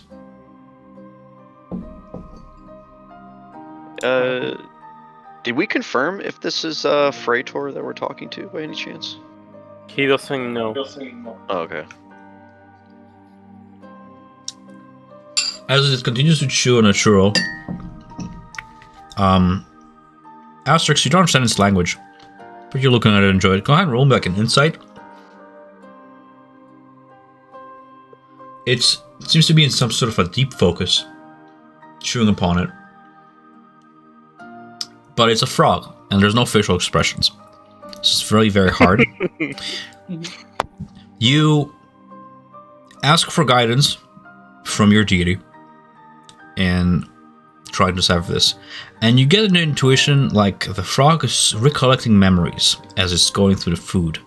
Presenting it with something from its past seemed to have sort of triggered the beginning of it recollecting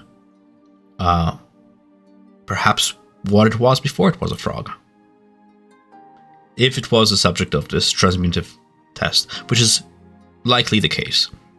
Because it's either this or it was born in this room, and that's not very likely. Not a place that frog would be. If he's recollecting things while eating or seeing things familiar to him, I'll slap him with knowledge, and I'll bring out the flail and show it to him. I was gonna say, this motherfucker has 7 HP. You wanna fucking... No. Alright. Fair enough. The toad glances at the pages, blinking one eyelid at a time, and you realize it can't read. But it does recognize something about the book, the cover, and such.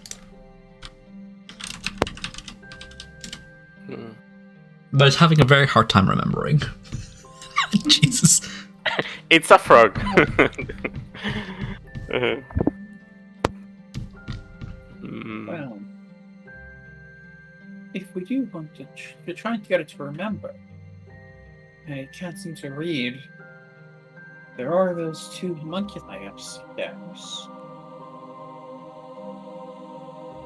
Human and coriander. We could bring the frog to them. Perhaps it wouldn't recognize them if it's who we think it is. Shall we? Yeah, that might be worth it. Can summon them down. Before going up, maybe we should check the other room.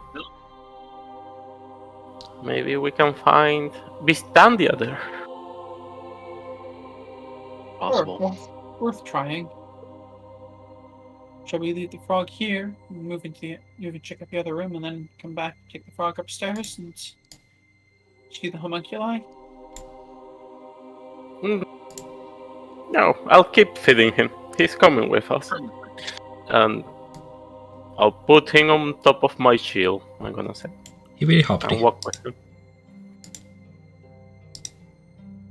It hops onto the shield. The cool metal, serving as a sort of small comfort for it. Where do you go? Well, the store. Yeah, going back out. Cracking the door open, you see there's still enchanted lamplight that has retained itself throughout the years, being magic. The room itself smells of alcohol and brine that permeates, clings to the walls here. You see glass vessels, large and small, stand in rows on the floor and tables, ranging from like 1 foot to like 6 feet tall. Inside each vessel is like the body of a creature floating in clear liquid. 1 4-foot tall container is like missing its lid and has like no occupant. I wonder what that one was. More importantly, I wonder where it is. I will walk over to the container that's missing its occupant and try and see, is there any... So I'm assuming these are kind of like the formaldehyde glass things that would be liquid filled. Is there anything kind of with a trail of liquid leading away from it? I mean, it being in the corner, there is a small trail about 5 feet in length leading toward the center of the room.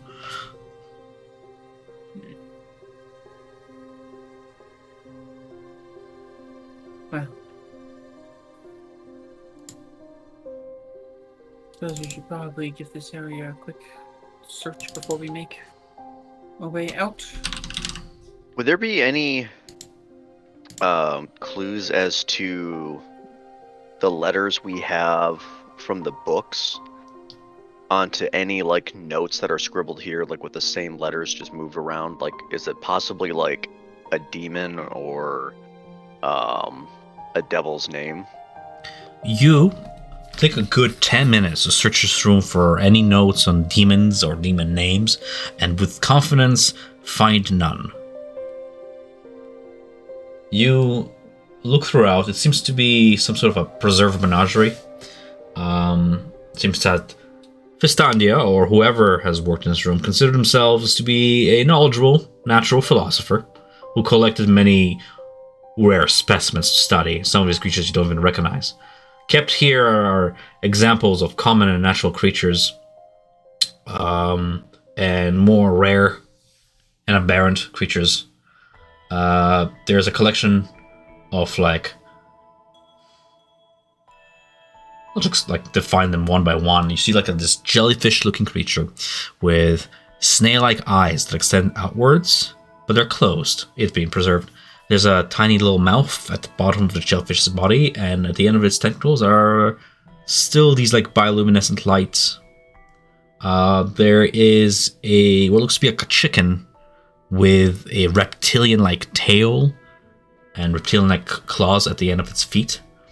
There's a giant beetle that glows hot like an ember. But it's not alive anymore. But the luminescence has preserved in the chemicals of its wings. No. There is a worm-like creature with like a beaked end, and its face opens up almost like the petals of a flower.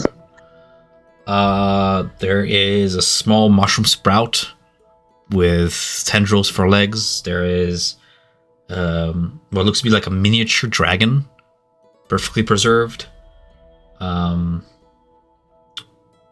You see a jar full of like severed hands, and all of those creatures are not moving, seemingly just preserved here.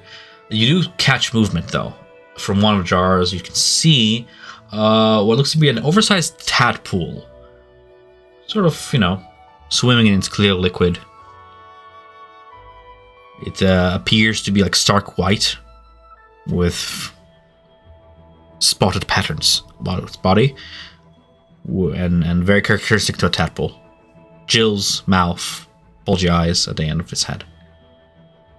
The empty container. I mean, there's the trail I mentioned before, and the trail is made up from this like very sticky mucus-like material.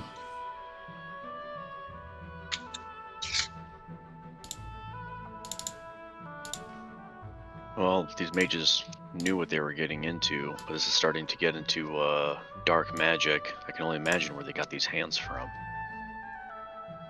So whatever they had summoned possibly is something very dark. Dabbling in things that they probably shouldn't have been. Something got out.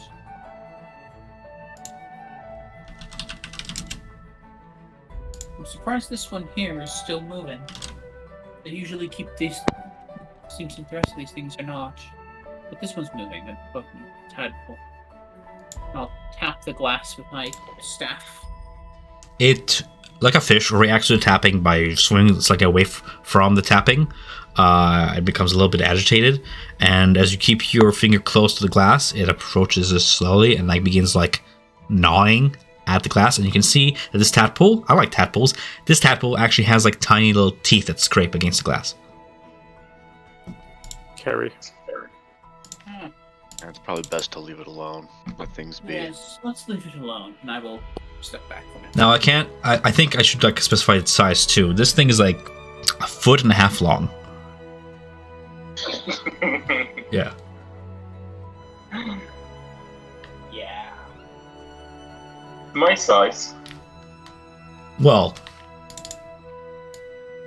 A foot. No, sorry, my bad. I thought it was a meter for one moment. no. About 1/3 of a meter in size, Yeah. in length. Well, Um, anything else we want to look at here, or do we go? Because. Alright, anything from the frog? I'll show the frog like the things, or Okay, I just It wasn't has sure to- if you're entering the room. I was gonna rule till then, but the frog is, peering around with its eyes, and yeah, it is seems to be recollecting a little bit more. You can tell from its behavior, it's tired, having been stuck in that other room for some time. You're not even sure how it managed to live as long as it did without food and stuff. And now you can see it's draining as it's leaning its head against your shoulder where it's resting, or the shield, and just sort of taking a nap, half paying attention in the room. I think the churros were too much for him. Sugar rush. Perhaps.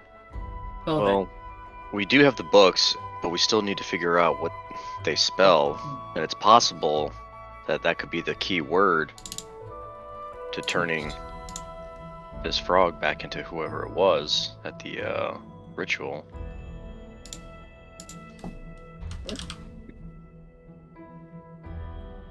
I've been looking at these words and I'm trying to figure out like so many.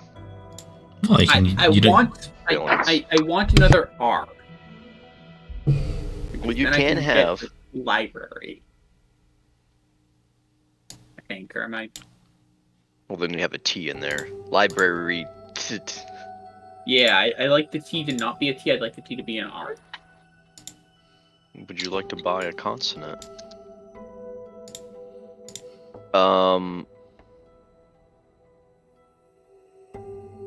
Looking at all the letters, I'm trying to figure out what this would spell. Or if it's like a key name, or a key word to something that we're missing. Well,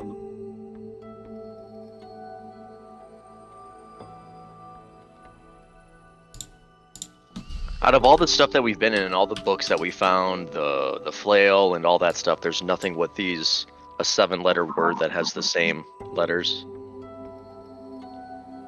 I mean, it's hard to answer. I would just say go through the process of elimination, my guy. Because all you had to do last time to enter this place is utter a word out loud near an object that was bound to the teleportation spell. So you just need to find the object that is bound, which I already gave you the hint for that, well, and just go through the process of elimination. It's the front door. Should we head up to the front door? door we came in, where the portal was. And then we can just try... Well...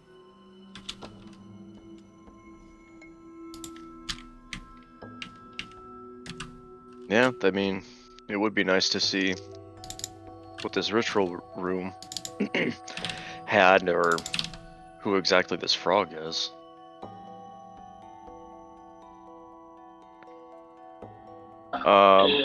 With the braziers, and with the torch, if I was to light 3 of them, does like anything like activate, or they just become flames? What are you using to, like, what are you casting into the braziers to provide as fuel? Yeah, that's what I was just about to ask, if there was anything in there, or... There's remnants of something that was already burnt in there, but it has been burnt years ago. It's not like hot embers or anything. And all that's left is like this white and blackish powder intermixed, and very hard to tell what was burnt for the reagent of the spell. Then I would have no idea. Not really.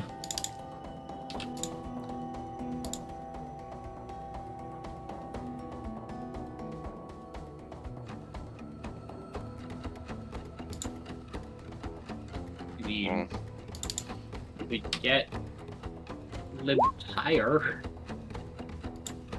Lib tier. So I think we head back upstairs to the front door and try. Well, if we're doing we've got lib tire, library.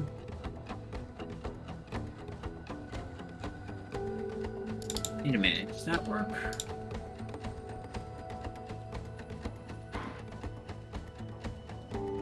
Lib. No, it doesn't work. Liberate doesn't work, it's 3 words.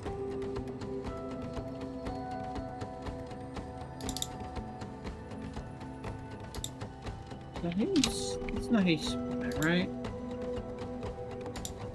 This is not my style of thing.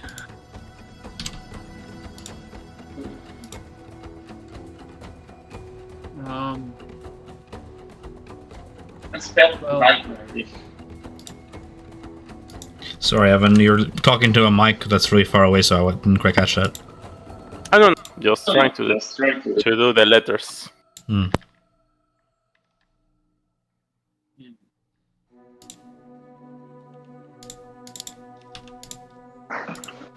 Yeah, so I think we make our way back up to that front door and potentially show the frog the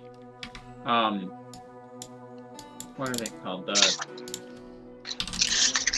Homunculi. Yeah. Coriander and cinnamon. Yeah. Okay. Let's just fast track up there. Okay, sure thing. So you return to the kitchen, where the 2 homunculi have already finished making the cake that Ella asked for, so you get to enjoy that as well. As the frog enters the room and you guys are trying to do supper, showed more and more of the house that he seems to have not seen in some time. It rolled a natural 20. And begins to hop excitedly. And Ella, you hear in Frogish, it utters, I remember. Of course, this is all feels so unnatural of me to be stuck in that room for so long, and this was my home. Yes, I remember. I was a spellcaster, experimenting around with forces that I thought I could handle. There was another one there, experimenting with me.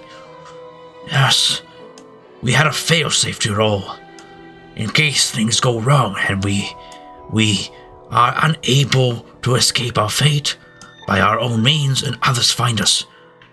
We made sure that those who have done this to us would not find these means, but only the most clever of adventurers. So we hid a word in the books, and we made the word that which we crave the most. What is it that you crave when you're trapped? What is it that you crave the most? Freedom. Or those using those letters. A Liberty. key. You want liberty, don't you? you With that, I will dart over towards the door and repeat liberty. The door opens outwards, and you can see a brief flash of magenta come through it, and then the study beyond where you came from. As you do so, Asterix, go ahead and roll me an athletics check. As you feel the weight on your shield grow intense, and the frog begins to grow in size, and then morph itself into a more humanoid shape. You can see flesh and skin and hair, and then you can see like this dark silk robe, and you can see a hat and the flash of glass of a monocle and a mustache upon a human face, and you hold a full-on adult on your shield as he's sitting upon it, as poof, with a flash of magenta you see a man. He's fancy. Huzzah! That's good. From across the kitchen, you hear another magical, as a flash of magenta, as you see one of the cats transform into another individual.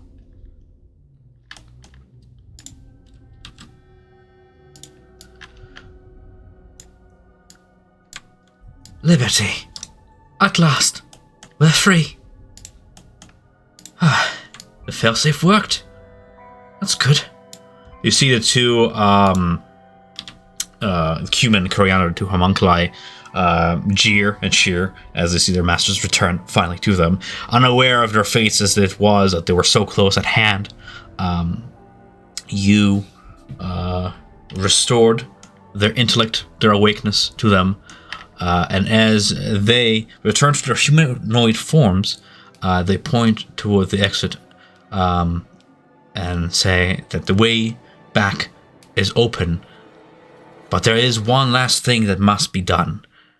The creature that has done this to them, they, in retaliation to them, to it cursing them, have cursed it back into a statuette form, hoping to entrap it in this house forevermore, accepting their fate and saving the world from a fiendish thing that has escaped the abyssal planes. They have turned it into a statue, and they inquire about its whereabouts if you have found it, so they may cast it back into the 9 hells. Well, first of all, you are incredibly lucky to be standing right now. The actions of what you did were completely nonsensical and irresponsible. The path diving into hell. The path to discovery is paved with the bricks of risk, my friend. Sure, you could have died. And it would have been the fair price to pay for knowledge and the pursuit of the many discoveries that have come before us and will come after us in the ever expansion of our race and society. With dark magic, but sure. Which is why we're taking the opportunity right now to take heed and caution and precaution to take responsibility for our actions and make sure that which we have released is contained and sent back. Matrius took the statue with him. Who is this Matrius fellow? The one who came here prior, who found you. Oh my. Got stuck here.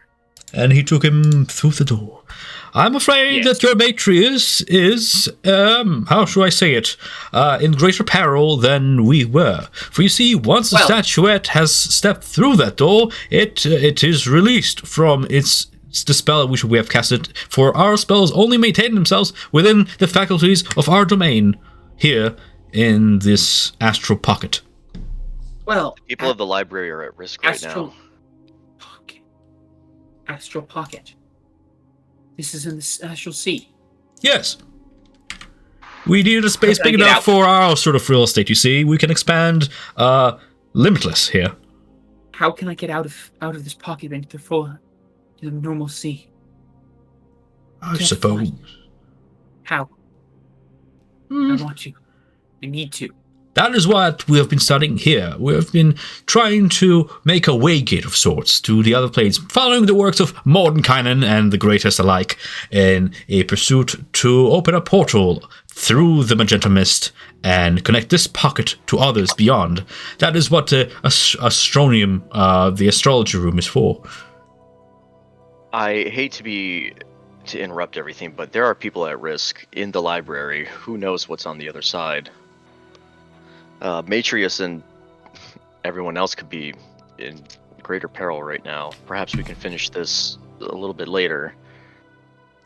I'll deal with the next two of you later as well. But Deal. It's here. I can get back. Or I suppose get there. And we can speak the fancy words later. Well, there's always time to come back. I say, if you would so far as go beyond the threshold of our home and deal with that which has been released, we would welcome you back to our manor for you to study the astral seal further. Unfortunately, we have sort of paid a price by binding ourselves to this place, unable to step through those doors lest we be turned into statuettes as well. Our life force is bound to this place until we perfect our art of astral traversal. Well then, I will be back shortly. You're right, we should do this. We should go back and resolve that problem. And I will get ready to jump into the portal with you turning to Alex and Ella. You two want to come with us? Try and solve this? Whatever it was. Oh, jeez. I'm not sure. But let's do it. We survived a bookcase before. And I will step through. Okay. Yeah, whatever is beyond these doors, have faith. And Fair then enough. offer a small prayer and go through.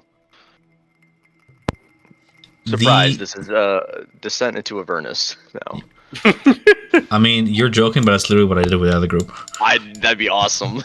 Yeah. So, stepping on through, you step back to the office.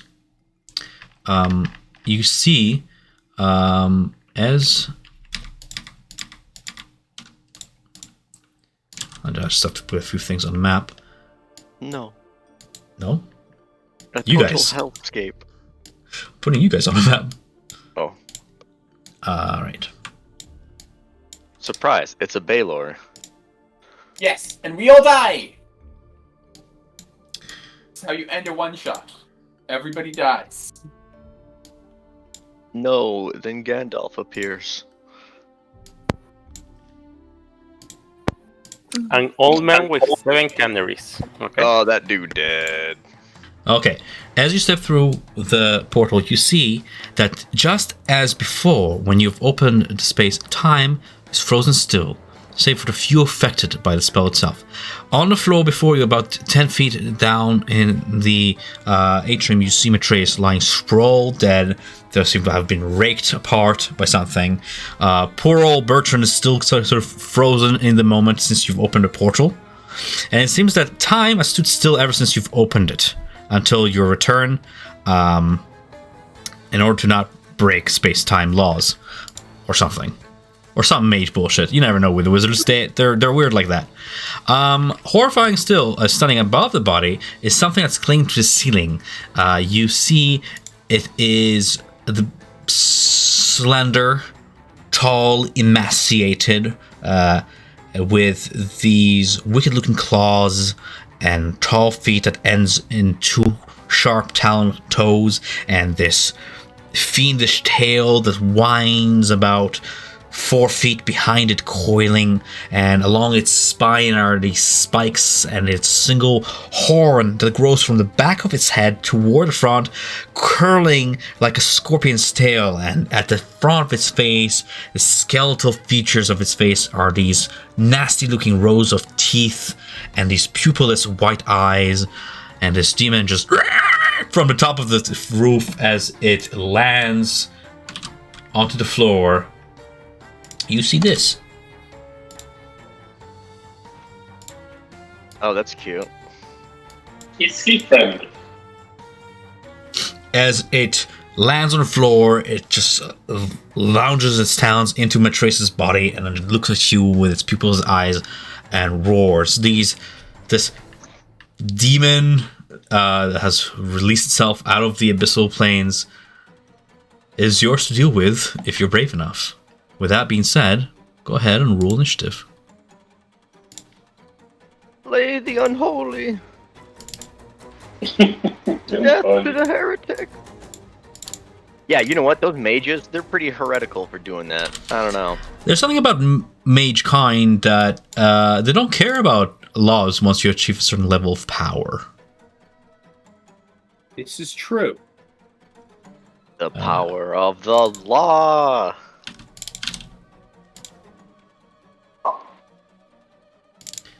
And we have it roll initiative as well.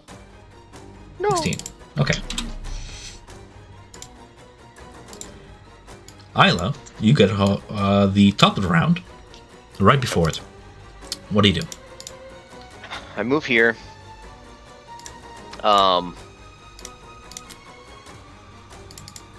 And I am going to utter a incantation, and I cry out while unsheathing my sword, and some of the little parchments that are attached by like wax seals to my armor start to glow, and I yell, "No spear, no barb of the enemy shall trouble our flesh and faith.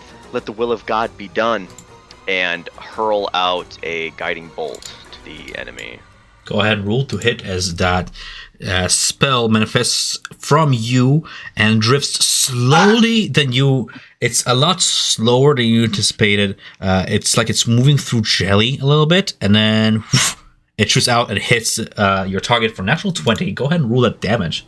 You're still rolling with a minus I had it 5 because of by accident. It's That's fine. just for the sword.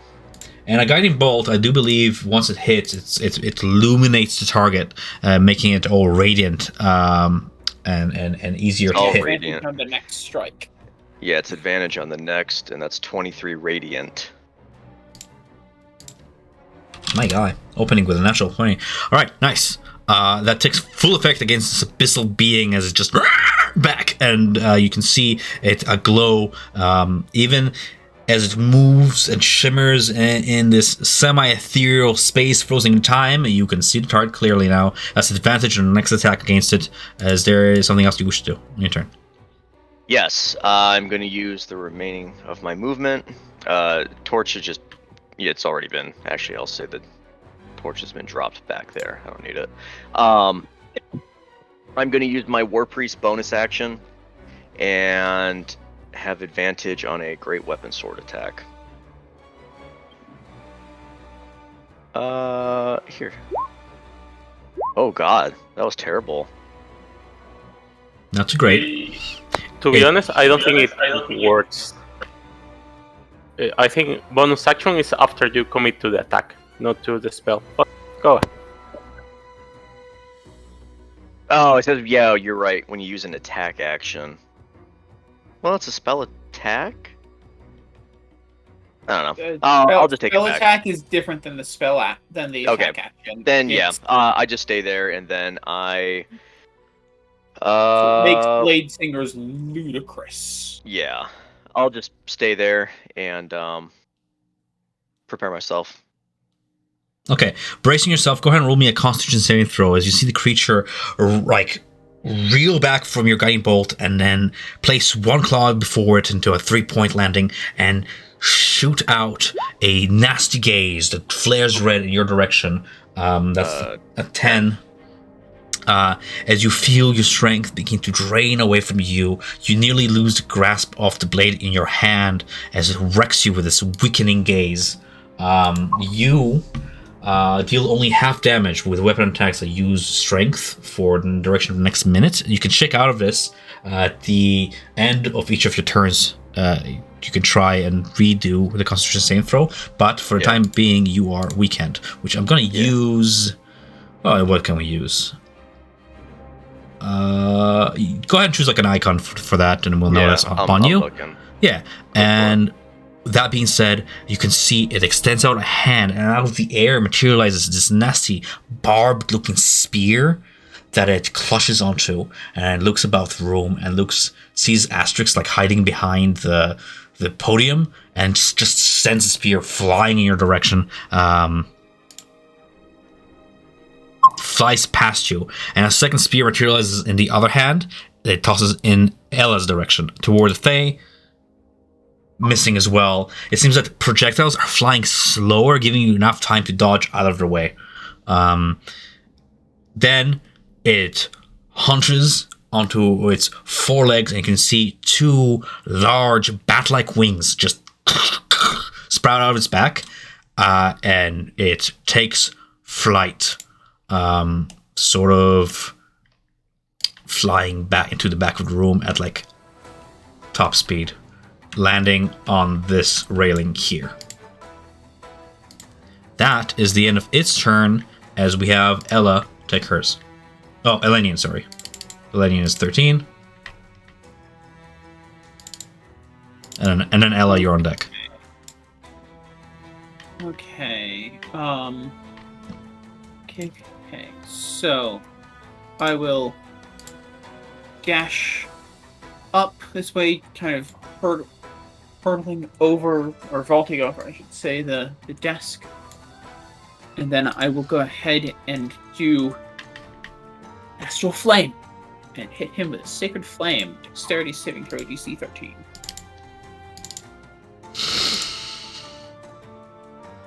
Dexterity 5. So you take 7 points of radiant damage. And then, as you do that, you see Ryan focus and take Patient Defense. You look straight at the demon, ready to go. Patient Defense. That's dodging? Dodge Yes. action. Okay. Bonus action. Fair enough. Ella, you're on deck. Go ahead with your turn. I will curse him with Holy Light using Hex. Okay, what's the range on Hex? If you... 90? Yeah, he's within range. Across the room, you focus upon him, hexing him. That's using your Fey magic to place a curse on this creature until the spell ends. While you're concentrating for up to an hour, you deal an extra 1d6 necrotic damage to the target whenever you hit with an attack, being spell or otherwise. Also, choose one ability when you cast a spell. The target has disadvantage on said ability checks made choosing the ability. If the target drops to 0 hit points, you can transfer the hex. So, how do you wish to weaken him with his curse? You can target his strength, his dexterity, his speed. You can mire the mind by affecting his intelligence. You can affect his wisdom and his will of power. What do you choose to do? Target his strength. Strength. Okay, fair enough. Hexed strength. That is your action, I believe. No, that's your bonus action. You still have an action left. So you have your movement and your action. What do you wish to do? Attack would be Eldritch Blast. Eldritch Blast is a range of... More than enough. It's 120. 120? You sure? Yeah. Yes. Wow. Good ass cantrip. Okay then. So, you rolled a 14. That does not hit, unfortunately. It just slams into the door. Actually, let me check it. Yeah, it doesn't hit. Slams into the wall behind it, and you can see the rainbow sparkle energy just sort of explode out with force, causing one of the marble torches to splinter, and then it moves and freezes in time mid-shatter. So it got away with that one, but it is hexed, which is great. Anything else you wish to do on your turn? No. Okay, fair enough. Eric's then. Okay. I'll run through the podium, to the podium, and I'll jump into his direction. And while I'm in there, I'll ask Eadro to show my true form, and casting protection from evil and I'm good. So Mhm. one minor thing. Ella would have actually had advantage on that attack's guiding bolt. Because I didn't attack, mine was a saving throw. So he hadn't been attacked Well, yet. guiding bolt already went off when Rose attacked. No, Well- I did No. attack. Oh, No, okay. Fair enough. It's 22, 9 force damage, hits. Ella, you've hexed the target, so you deal an additional 1d6 necrotic damage on hit. Go ahead and roll me a 6-sided die, please, if you will. Thank you. Nice, big hit. As the effects of the guiding bolt wear off, it is bloodied. Go ahead and with your turn, Arix, sorry. Okay, and I cast protection from evil and good. Again, some strong wind is gonna appear surrounding me, and it's gonna give me like a tiny shape of a shell behind, symbolizing the dragon turtles or the turtle dragons. Nice. And as soon as it appears, a cast of wind is gonna appear behind him, and I'm trying to telekinetic shove him into my direction. Forget it, I don't have reach. 30 feet. Okay. That's all. Okay. Isla, top of the round. Okay, so I am moving 30. I know your fears. Enough talk from you, and then I'm going to cast the spell command, and I will use the word fall. Very Just to make it lich out of DC Adventure 14. Time vibe. That's a what kind of save? Wisdom Wisdom? Okay. 12. fails Fails. Fall. on his turn. Fair. At the Well- beginning of his turn, he'll use his full turn to fall to the ground, and then that should be it. Anything else on your turn? I'm going to make. Well, actually, no. I'm going to. That was my cast. I already moved. What can I do as bonus action? Nothing. Okay. Constitution saving throw to shake off the weakness. Oh, actually. Yeah, when you take the attack sheet, you can use. No, okay. Yeah, Constitution's throw. 12. 12 against its.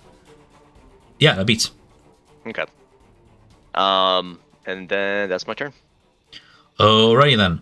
As you finish your turn, it falls, losing its grip, falls prone onto the ground here.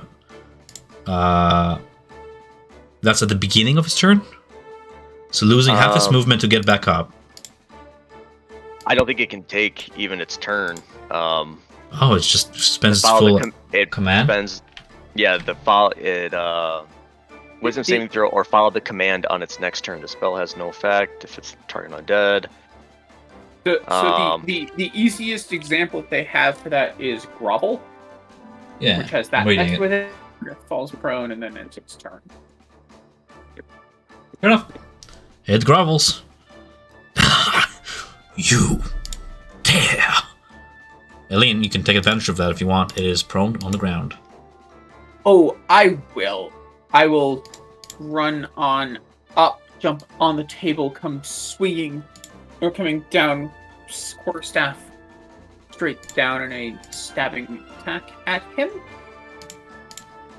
Let's see. With advantage. 20. Oh, yeah, that should have been an advantage. Oops. 20 hits. We'll call that. So 20 hits. So 4 points of bludgeoning damage with that.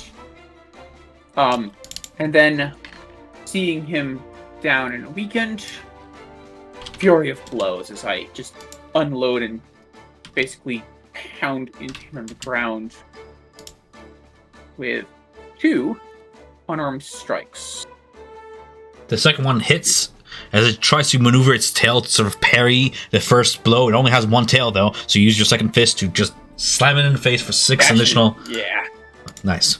Now, you know that your blows are satisfying like the meat with a satisfying crunch, but it's sort of like that scene out of Castlevania when he just fist punches Dracula in the face, where he doesn't really flinch. It's more like enraged than anything. More very like, oh, you must be Belmont moment. This thing is resistant to bludgeoning, piercing, slashing damage from non-magical attacks. You have no problem being Belmont. Yeah, okay, but it's still infuriating as you retrieve your fist, and you can see a little bit of like that blackish ichor from of its blood. Yeah. Yeah, and I'm basically just standing over it, punching into its face. Fair enough. At the far end of the room, we have Ella. What do you do? I'm going to attack using rainbow magic with Eldritch Blast. Fair enough. I cast friends. Why can't we be friends? Using a mere cantrip is not the strongest form of magic. You've mastered it, but this fin will take a little bit more than that to defeat it. Unless you try to focus your magic, it sails across the room and doesn't quite hit that far. It doesn't hit with a 12, unfortunately. That's an action. Do you wish to move or use a bonus action? No, that's it. Okay, Eric's. Okay. Now, yeah, I'll... Okay, I'm gonna jump from table to table to get closer to him. Meanwhile, I'll ask Eadro to punish this thing for burning this place, and I'm casting Sacred Flame on him. So, Dex saving throw 13, and I think it's disadvantage because he's prone. It's... I don't think prone... Hold on. Nope. I think so. I'm not sure. Yeah, let me double check. It takes me 2 seconds to check. It's also good for me because I'm learning to... A prone creature can only crawl or stand up using half its movement. A disadvantage on attack rolls for itself unless it stands. An attack roll against the creature has advantage.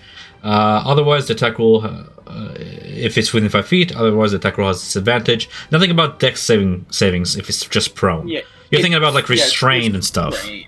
Yeah. Okay. It was my bad. Only. That's so weird. It's like you're prone, and it's like it's a dex. You can still like roll and stuff. I would hate it as a player if I was prone and I had dexterity. It is way too easy to prone someone. Yeah, nonetheless, 5 dexterity save is not... Yeah, I rolled twice because it lagged a little bit, but 5 dexterity save is going to fail against your Sacred Flame, as that's an additional 2 radiant damage taking full effect against this fiendish creature on the ground. And you move in closer, hopping across the tables. As you move, go ahead and roll me like an athletics check. Or you can choose athletics, or you can choose like... I'll allow acrobatics just for the sake of this, because it's hopping from desk to desk. It's a bit of a feat. Yeah, no problem. You get to position, almost pharaoh-like as you drop to all fours and leap, and back onto your 2 feet, standing in front of it.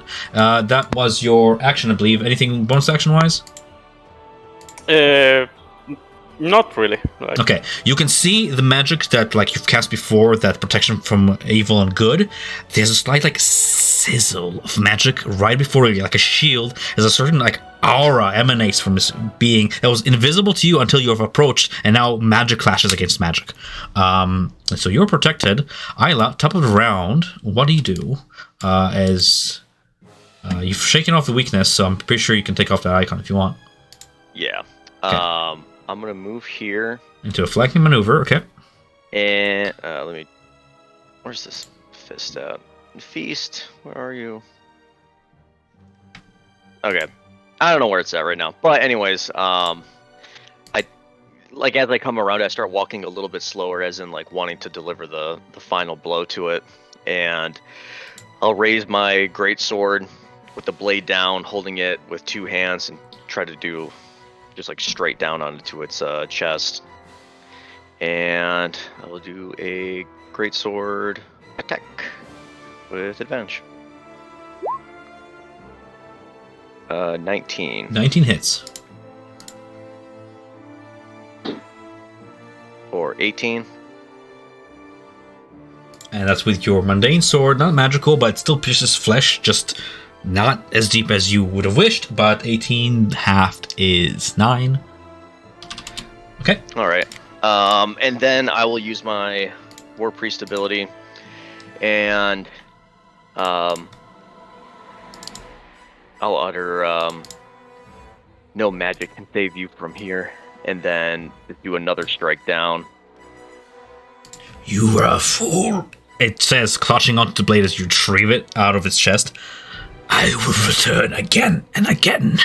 You cannot banish me. And then just strike for a second. 19 to hit. Go ahead, roll that for damage. It's another 9 to hit. 9 damage, I mean. As you manage to, like, slash and you just take off one of his hands. And it screams out, and ichor is spreading on the floor. It gets up onto its feet at the end of its turn. And bloodied.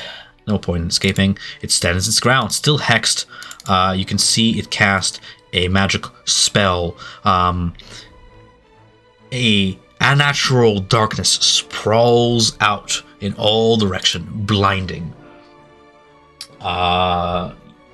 It takes that opportunity to move out of your range. If you wish to take attacks of opportunity, you can, I believe, with disadvantage because you're blinded. Absolutely. Yes, I will. Waiting on that. Hey, cannot do it. I won't be. Yeah, because you can only take attack opportunity against things that you see moving away. That's what I thought. I was like, what's the point of darkness then? Yeah. Okay. Well, that's my favorite then. All right. Ooh, cool. That looks cool. The green on darkness looks awesome. Yeah. So can we not take opportunity attacks? Well, I can look up the rule real quick. No, wait. You need to see the target. You can see, yeah, and it's darkness. Okay. You can hear it get up, and you can hear its raspy breath as it distances itself away. Just gonna make sure that it can move that far. Yes, it can. Yeah, it takes half of its movement to get up. Yeah, that's where I did this. Yeah, half movement. There we are. That's more like it. Okay, that's that. As we. Let me just read real quick. Darkness is at will, but it is an action. I'm just making sure it doesn't have any bonus actions that it can use as a monster that I'd hate to miss. No, it's okay. It spends its entire turn casting that spell innately and then moving, unfortunately not at full speed, so it's gonna end its turn. Elenian, it is yours. So, sensing that it went this way, I will go ahead and charge after it. Striking down with a two-handed swing with a quarterstaff, trying to clog right across the head. It managed to catch the staff in its claw. There was claw it still has. As it catches the staff, I will kind of twist and kick up off the ground and try and kick into it. 23 hits because kick of course hits. Meme. I always hit with the kick. 5 points of bludgeoning damage. Straight into the sternum, there's a little as it reels back a little bit. More flinching because of its previous wounds than a 2 damage hit, but that's good. Fair enough. Anything on your turn? Nope, because that's everything I got. Ella, for a moment you lost sight of evil as it played its tricks and sprawled darkness throughout, but then it reappeared out of that dark cloud, and you yet again can charge your rainbow magic if you so wish, or do something else. It's your turn. What do you wish to do? Use my rainbow magic. Okay. If it ain't broke, don't fix it. 17 hits. I'm just wondering, Anna and Ivan might know too. Did you get any Eldritch invocations that affect your Eldritch Blast by chance? No, she doesn't have the... Agonizing or repelling or the like. Yeah, exactly. Thank you. That's fine. I don't know. Nonetheless, because it's still hexed, you do deal the total of 8 damage to it, which all takes full effect. Let me read about necrotic damage, actually. No, it's surprisingly enough not immune to necrotic damage. Poggers. This thing is barely standing on it's with your combined might of your group, you are besting it at this point. You can see its form slowly begin to like melt. The connection it had to this realm severing, and it's barely holding on to the last strings of it. That being said, Eric's your turn. You find yourself blinded in darkness. Where do you go? I felt 2 movements going through my left, so I'll follow them. And as I see that Elenion has his claw catching his staff, I'll try to cut him with my sword. Seizing that opportunity, so 16 to hit. 16 hits. 5% damage. Darkness retains itself as you stab your cutlass into it. Again, mundane weapons doing small serrations that it's death by 1,000 cuts for this thing, I guess. But it's progress. I'll tell him that he's not a match for a dragon. Like taunting him somehow. Roll intimidation with normal roll. Okay, it was more flavor, but I'll take it. I thought we banished all dragons. You are no such thing. It will come for you next. Isla, top of the round. Out of darkness into light. Where do you go? Stumbling back into the side a little bit, trying to figure out, and seems like everyone's going over here. I'll make my way around and there, and we will just do I have any nice things? No, I use this. I use that. We're doing alright. No, I'm just gonna go for a great weapon attack. Here we go. That's 9 does not hit. Sucks. That's an 11. Stands its ground. 9. Alright. I'll do another War Priest bonus action. Nope. Worse. Son of a bitch. I know your fears feed on your insecurities. Your failures strengthen me. It grows a little bit taller, as it's not just words that it's speaking, it's actual promises. End of your turn? Yep. Growing stronger, it's going to go ahead and cast Dispel Magic on itself, dispelling the hex. Because I believe hex is just like a first level spell. Yep. Yes. Outright just dispelling that, feeding off your failures at defeating it and trying to take advantage. It's going to go ahead and dispel magic. Just to flex, I guess, because I cannot make any actions after that. Or Attack me, fool! Well, I can't. I don't have an action to attack. Unfortunately, because spears are not like weapons, and even if they were, I'm not a dual wielder. That sucks. Casting magic in combat sucks big time. For it, so you get a turn, Elenian. It running away would be terrible. So that two-handed uppercut with a quarterstaff. I wish you could just like move darkness. If I could just do like, just Yeah, well, uppercut with the quarterstaff. you can cast darkness like on a piece of like clothing or fabric, and it does move with you. I'm dumb. All right, fair enough. 21 hits. So that is 8 points of bludgeoning damage. That's boring. Also, As I follow it up with elbow to its head. 20 to hit. you hear a satisfying crunch just fucking cave its skull in. For 7 points of bludgeoning damage. You send it reeling back and just stammers. And as it does so, it shatters the glass of the window here, and you see it fall on through.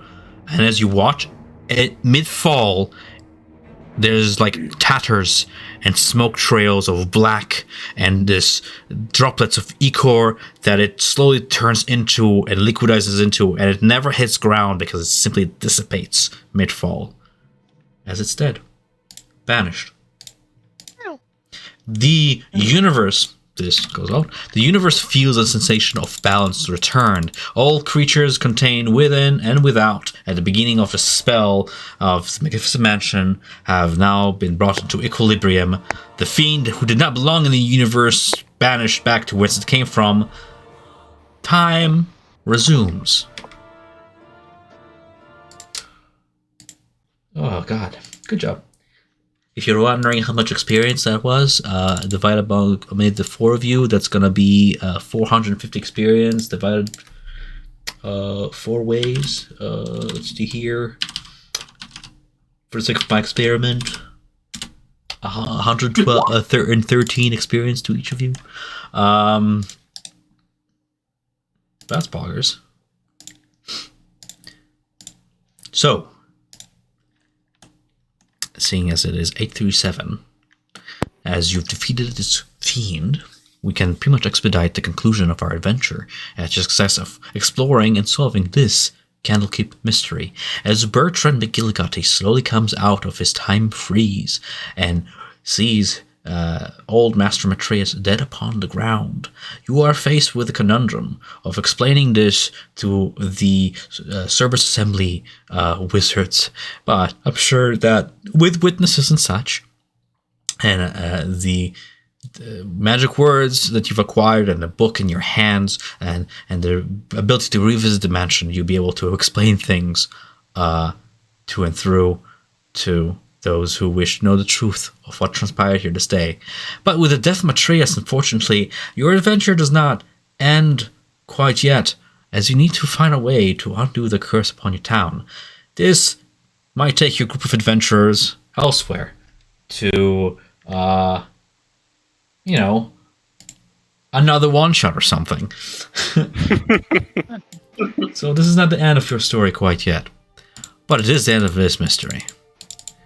As you come to reflect on the harrowing events that's transpired and how strong you've become, and you've actually managed to battle off a fiend and demon, you've gained respect and renown amid the Cerberus Assembly, and perhaps one day they'll may call upon you to return to solve yet another mystery here in Candlekeep. If you wish at this moment to, do say anything to your group as a sort of a closing of this chapter, go for it. Now that that is solved, I need to get back to that mansion back as closest to the astral realm. And I will say, Scepter. Once again, with the word scepter spoken, the gateway opens, and I will step into the mansion to go talk with Fistandia about and her partner welcome you. Get into the astral realm. In the coming days, weeks, months, perhaps even years, you will be granted the opportunity to study along with them, as they welcome somebody as curious as yourself, along with other students from Candlekeep as well. All are welcome to explore the pocket dimension, which in turn this leads to a new branch in the arcane sciences. Perhaps one day you will be one among many who would be the first to step forth into yet unknown, undiscovered realms in outer space. Perhaps the dreams of some more inventive among us, of ships that sail the astral seas, of entire realms resettled, of races yet unencountered, would become a reality thanks to the small steps that you guys have taken here. Sort of, riding on the shoulders of giants. Fistandia haven't studied this for years, but contributing your share of help nonetheless. Bertrand? Yeah? Summon your highest mages. I want those 2 mages under arrest. I'm gonna rat them the fuck out. I mean, we can certainly try that, but I mean, they do have certain jurisdictions of their own within the order. They're quite high standing among the order, and you're fighting an uphill battle here, buddy. I think like you should be thankful that we just survived this, and we should really take all. Yeah, it was all up to us, not you. All silver lining. Well, I was frozen in time. I told you not to mess with Maid Juju. You know what? I'm done with Candlekeep. Screw this. I thought I could handle this, but no. You know what? I'm lucky to be alive. I think it's high time I should like just pursue other. Yeah, as far away from here, I'm sure nothing bad will happen. You know, I had this job opportunity lined up for me in Jorhas, and at first I said no because I was a little pussy about it. But you know what? I'm thinking after all this, I might just go there because, you know, it sounds nice, it sounds exotic, and I'm sure nothing bad will happen. You know, I'm gonna go speak to my friend here, Melinda Cadence, and I'm gonna tell her that I'm accepting the job, and I'm gonna go tomorrow. You know what? I'm done. See ya. Good. You should. I heard she's really cool too. If you want to arrest those 2, go ahead, but I'm not going to be involved in any of that. I'm done with mages. I don't want to see a single mage in my life. God, clerics, they're the worst. God, imagine, like, that little guy is fine, I guess. I guess, and you're okay, too. So I'm sorry I said, I'm just really frustrated. See ya. Fucking leaves.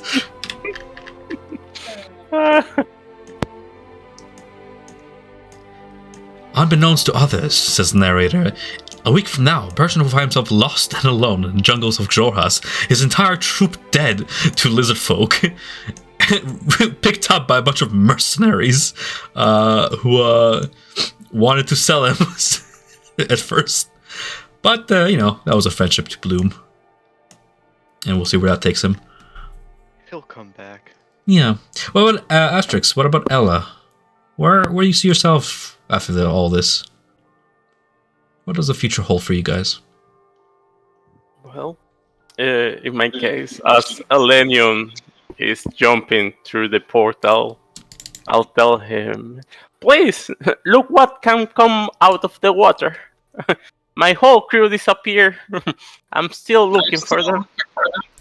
But I don't have time for books. I must collect stuff and heal the tribe from the curse that's plaguing. But I trust in your book smarts. Mm-hmm. As for Ella, you have always felt a certain connection with Sunray.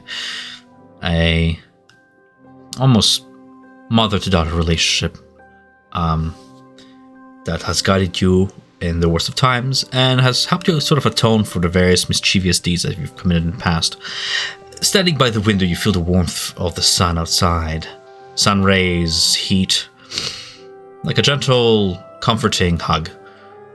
An improving one.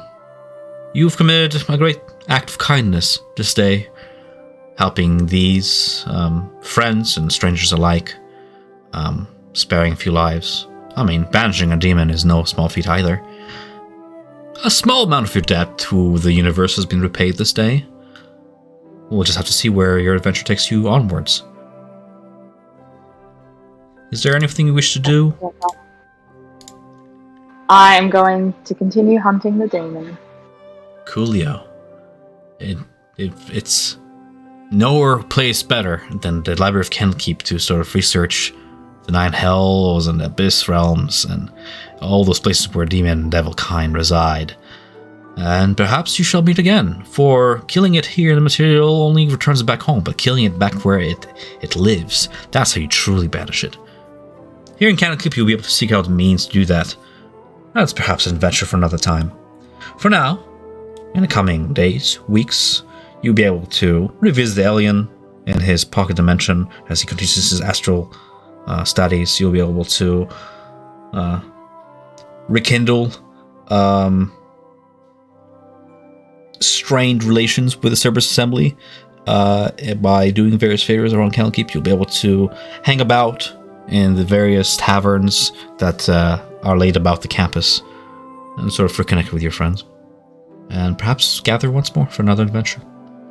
That's it, guys. That was really fun. I hope you guys enjoyed it. Not too shabby for a level 1-2 adventure for our first time here. I'm hoping, and Anna, you had fun as well. Thank you. Yeah. Sorry, I was really bad, but it was fun. There's no real wrong way to play D&D unless you're absolutely being a dick about it, which you did fine. Don't stress about it. The more you play, the more attuned you feel with your character, the more it's kind of like improv theater. You get better at it the more you practice. And really, we're just all here hanging out as friends and just here for laughs and a good time. So as long as you had fun, I had fun, and that's all that matters. There's no really competition here of who's the best D&D player. It's just hanging out. So I hope you felt that as well, and you had that share fun. Yeah. Yes, Remember, thank you. what is it? Rule 0 of D&D. That everyone is here to have fun. And so long as that happened, it was a good session. I heard of a different Rule 0, but okay. That was a good little one shot. Yeah, I thought Rule 0 was I can do whatever I want, and if I want to kill Isla in one hit, I could. Yeah, Rule 0 is the DM is always right. I mean, yeah. But that was fun. That was also an experiment for me to see if I can make a Bao CR2, and I did. That was fun. Because usually it's CR4, and I didn't want to throw a big old challenge at you guys, but I didn't want to use something that's better than what the module has. Now that we're done, the module says that, like, oh yeah, the venture out of the portal and their last, like, final boss challenge is an imp. And I'm like, you serious? No. A 10 HP creature? Yeah. Yeah. What? Yeah. I wasn't expecting that, but I really wanted to get hit to use the storm reaction. I think this adventure is less about combat, even though it does involve a bit of combat and traps and stuff. It's less about the combat and more about teaching new players how to play. That's why it's only had like so many enemies and stuff. But I had fun regardless. Yeah, and also, you know what's annoying about this adventure as it's written, and I had to change it, and I'm glad I did, is that as much as it is a Candlekeep mystery, it adamantly said that the players will never find out what happened to Fistandia. That's something for another adventure. They just simply find a magnificent mansion, and it's an escape room that they have to escape. There's no way to solve the mystery of this Candlekeep mystery. And I'm like, that's flawed a little bit. I'll change it a little bit. But I had fun. Yeah. It was fun. Yeah. Obviously, higher level adventures offer you more options and stuff. But with one shot, it's very hard to fit a lot of RP roleplay and really discover all the things you wrote about your character and stuff. But I tried to fit it in. I hope I succeeded in that endeavor a little bit at least. We'll see if you guys really feel like it. I can run this group through additional adventures as you guys level up through them. If not, that's fine too. We can honestly just leave it here. And we'll see. I just hope to give Anna a little taste of D&D as she wanted. So that was the main goal. Other than that, anything you guys have for me before we part ways? No, it should be good. Like I said, it was enjoyable. Cool. Yeah, thank you for running it. Yeah, it was pretty fun, Tom. Thank you so much, Tom. I really appreciate it. No problem. I'll go ahead. I'll keep your characters here just in case you ever want them to use in another adventure with me or somebody else. If anybody else in the group ever wants to run anything, you can always recycle characters. And this video will be uploaded onto YouTube to watch if you want to ever like nostalgia review it or something. But I'll cut the recording here.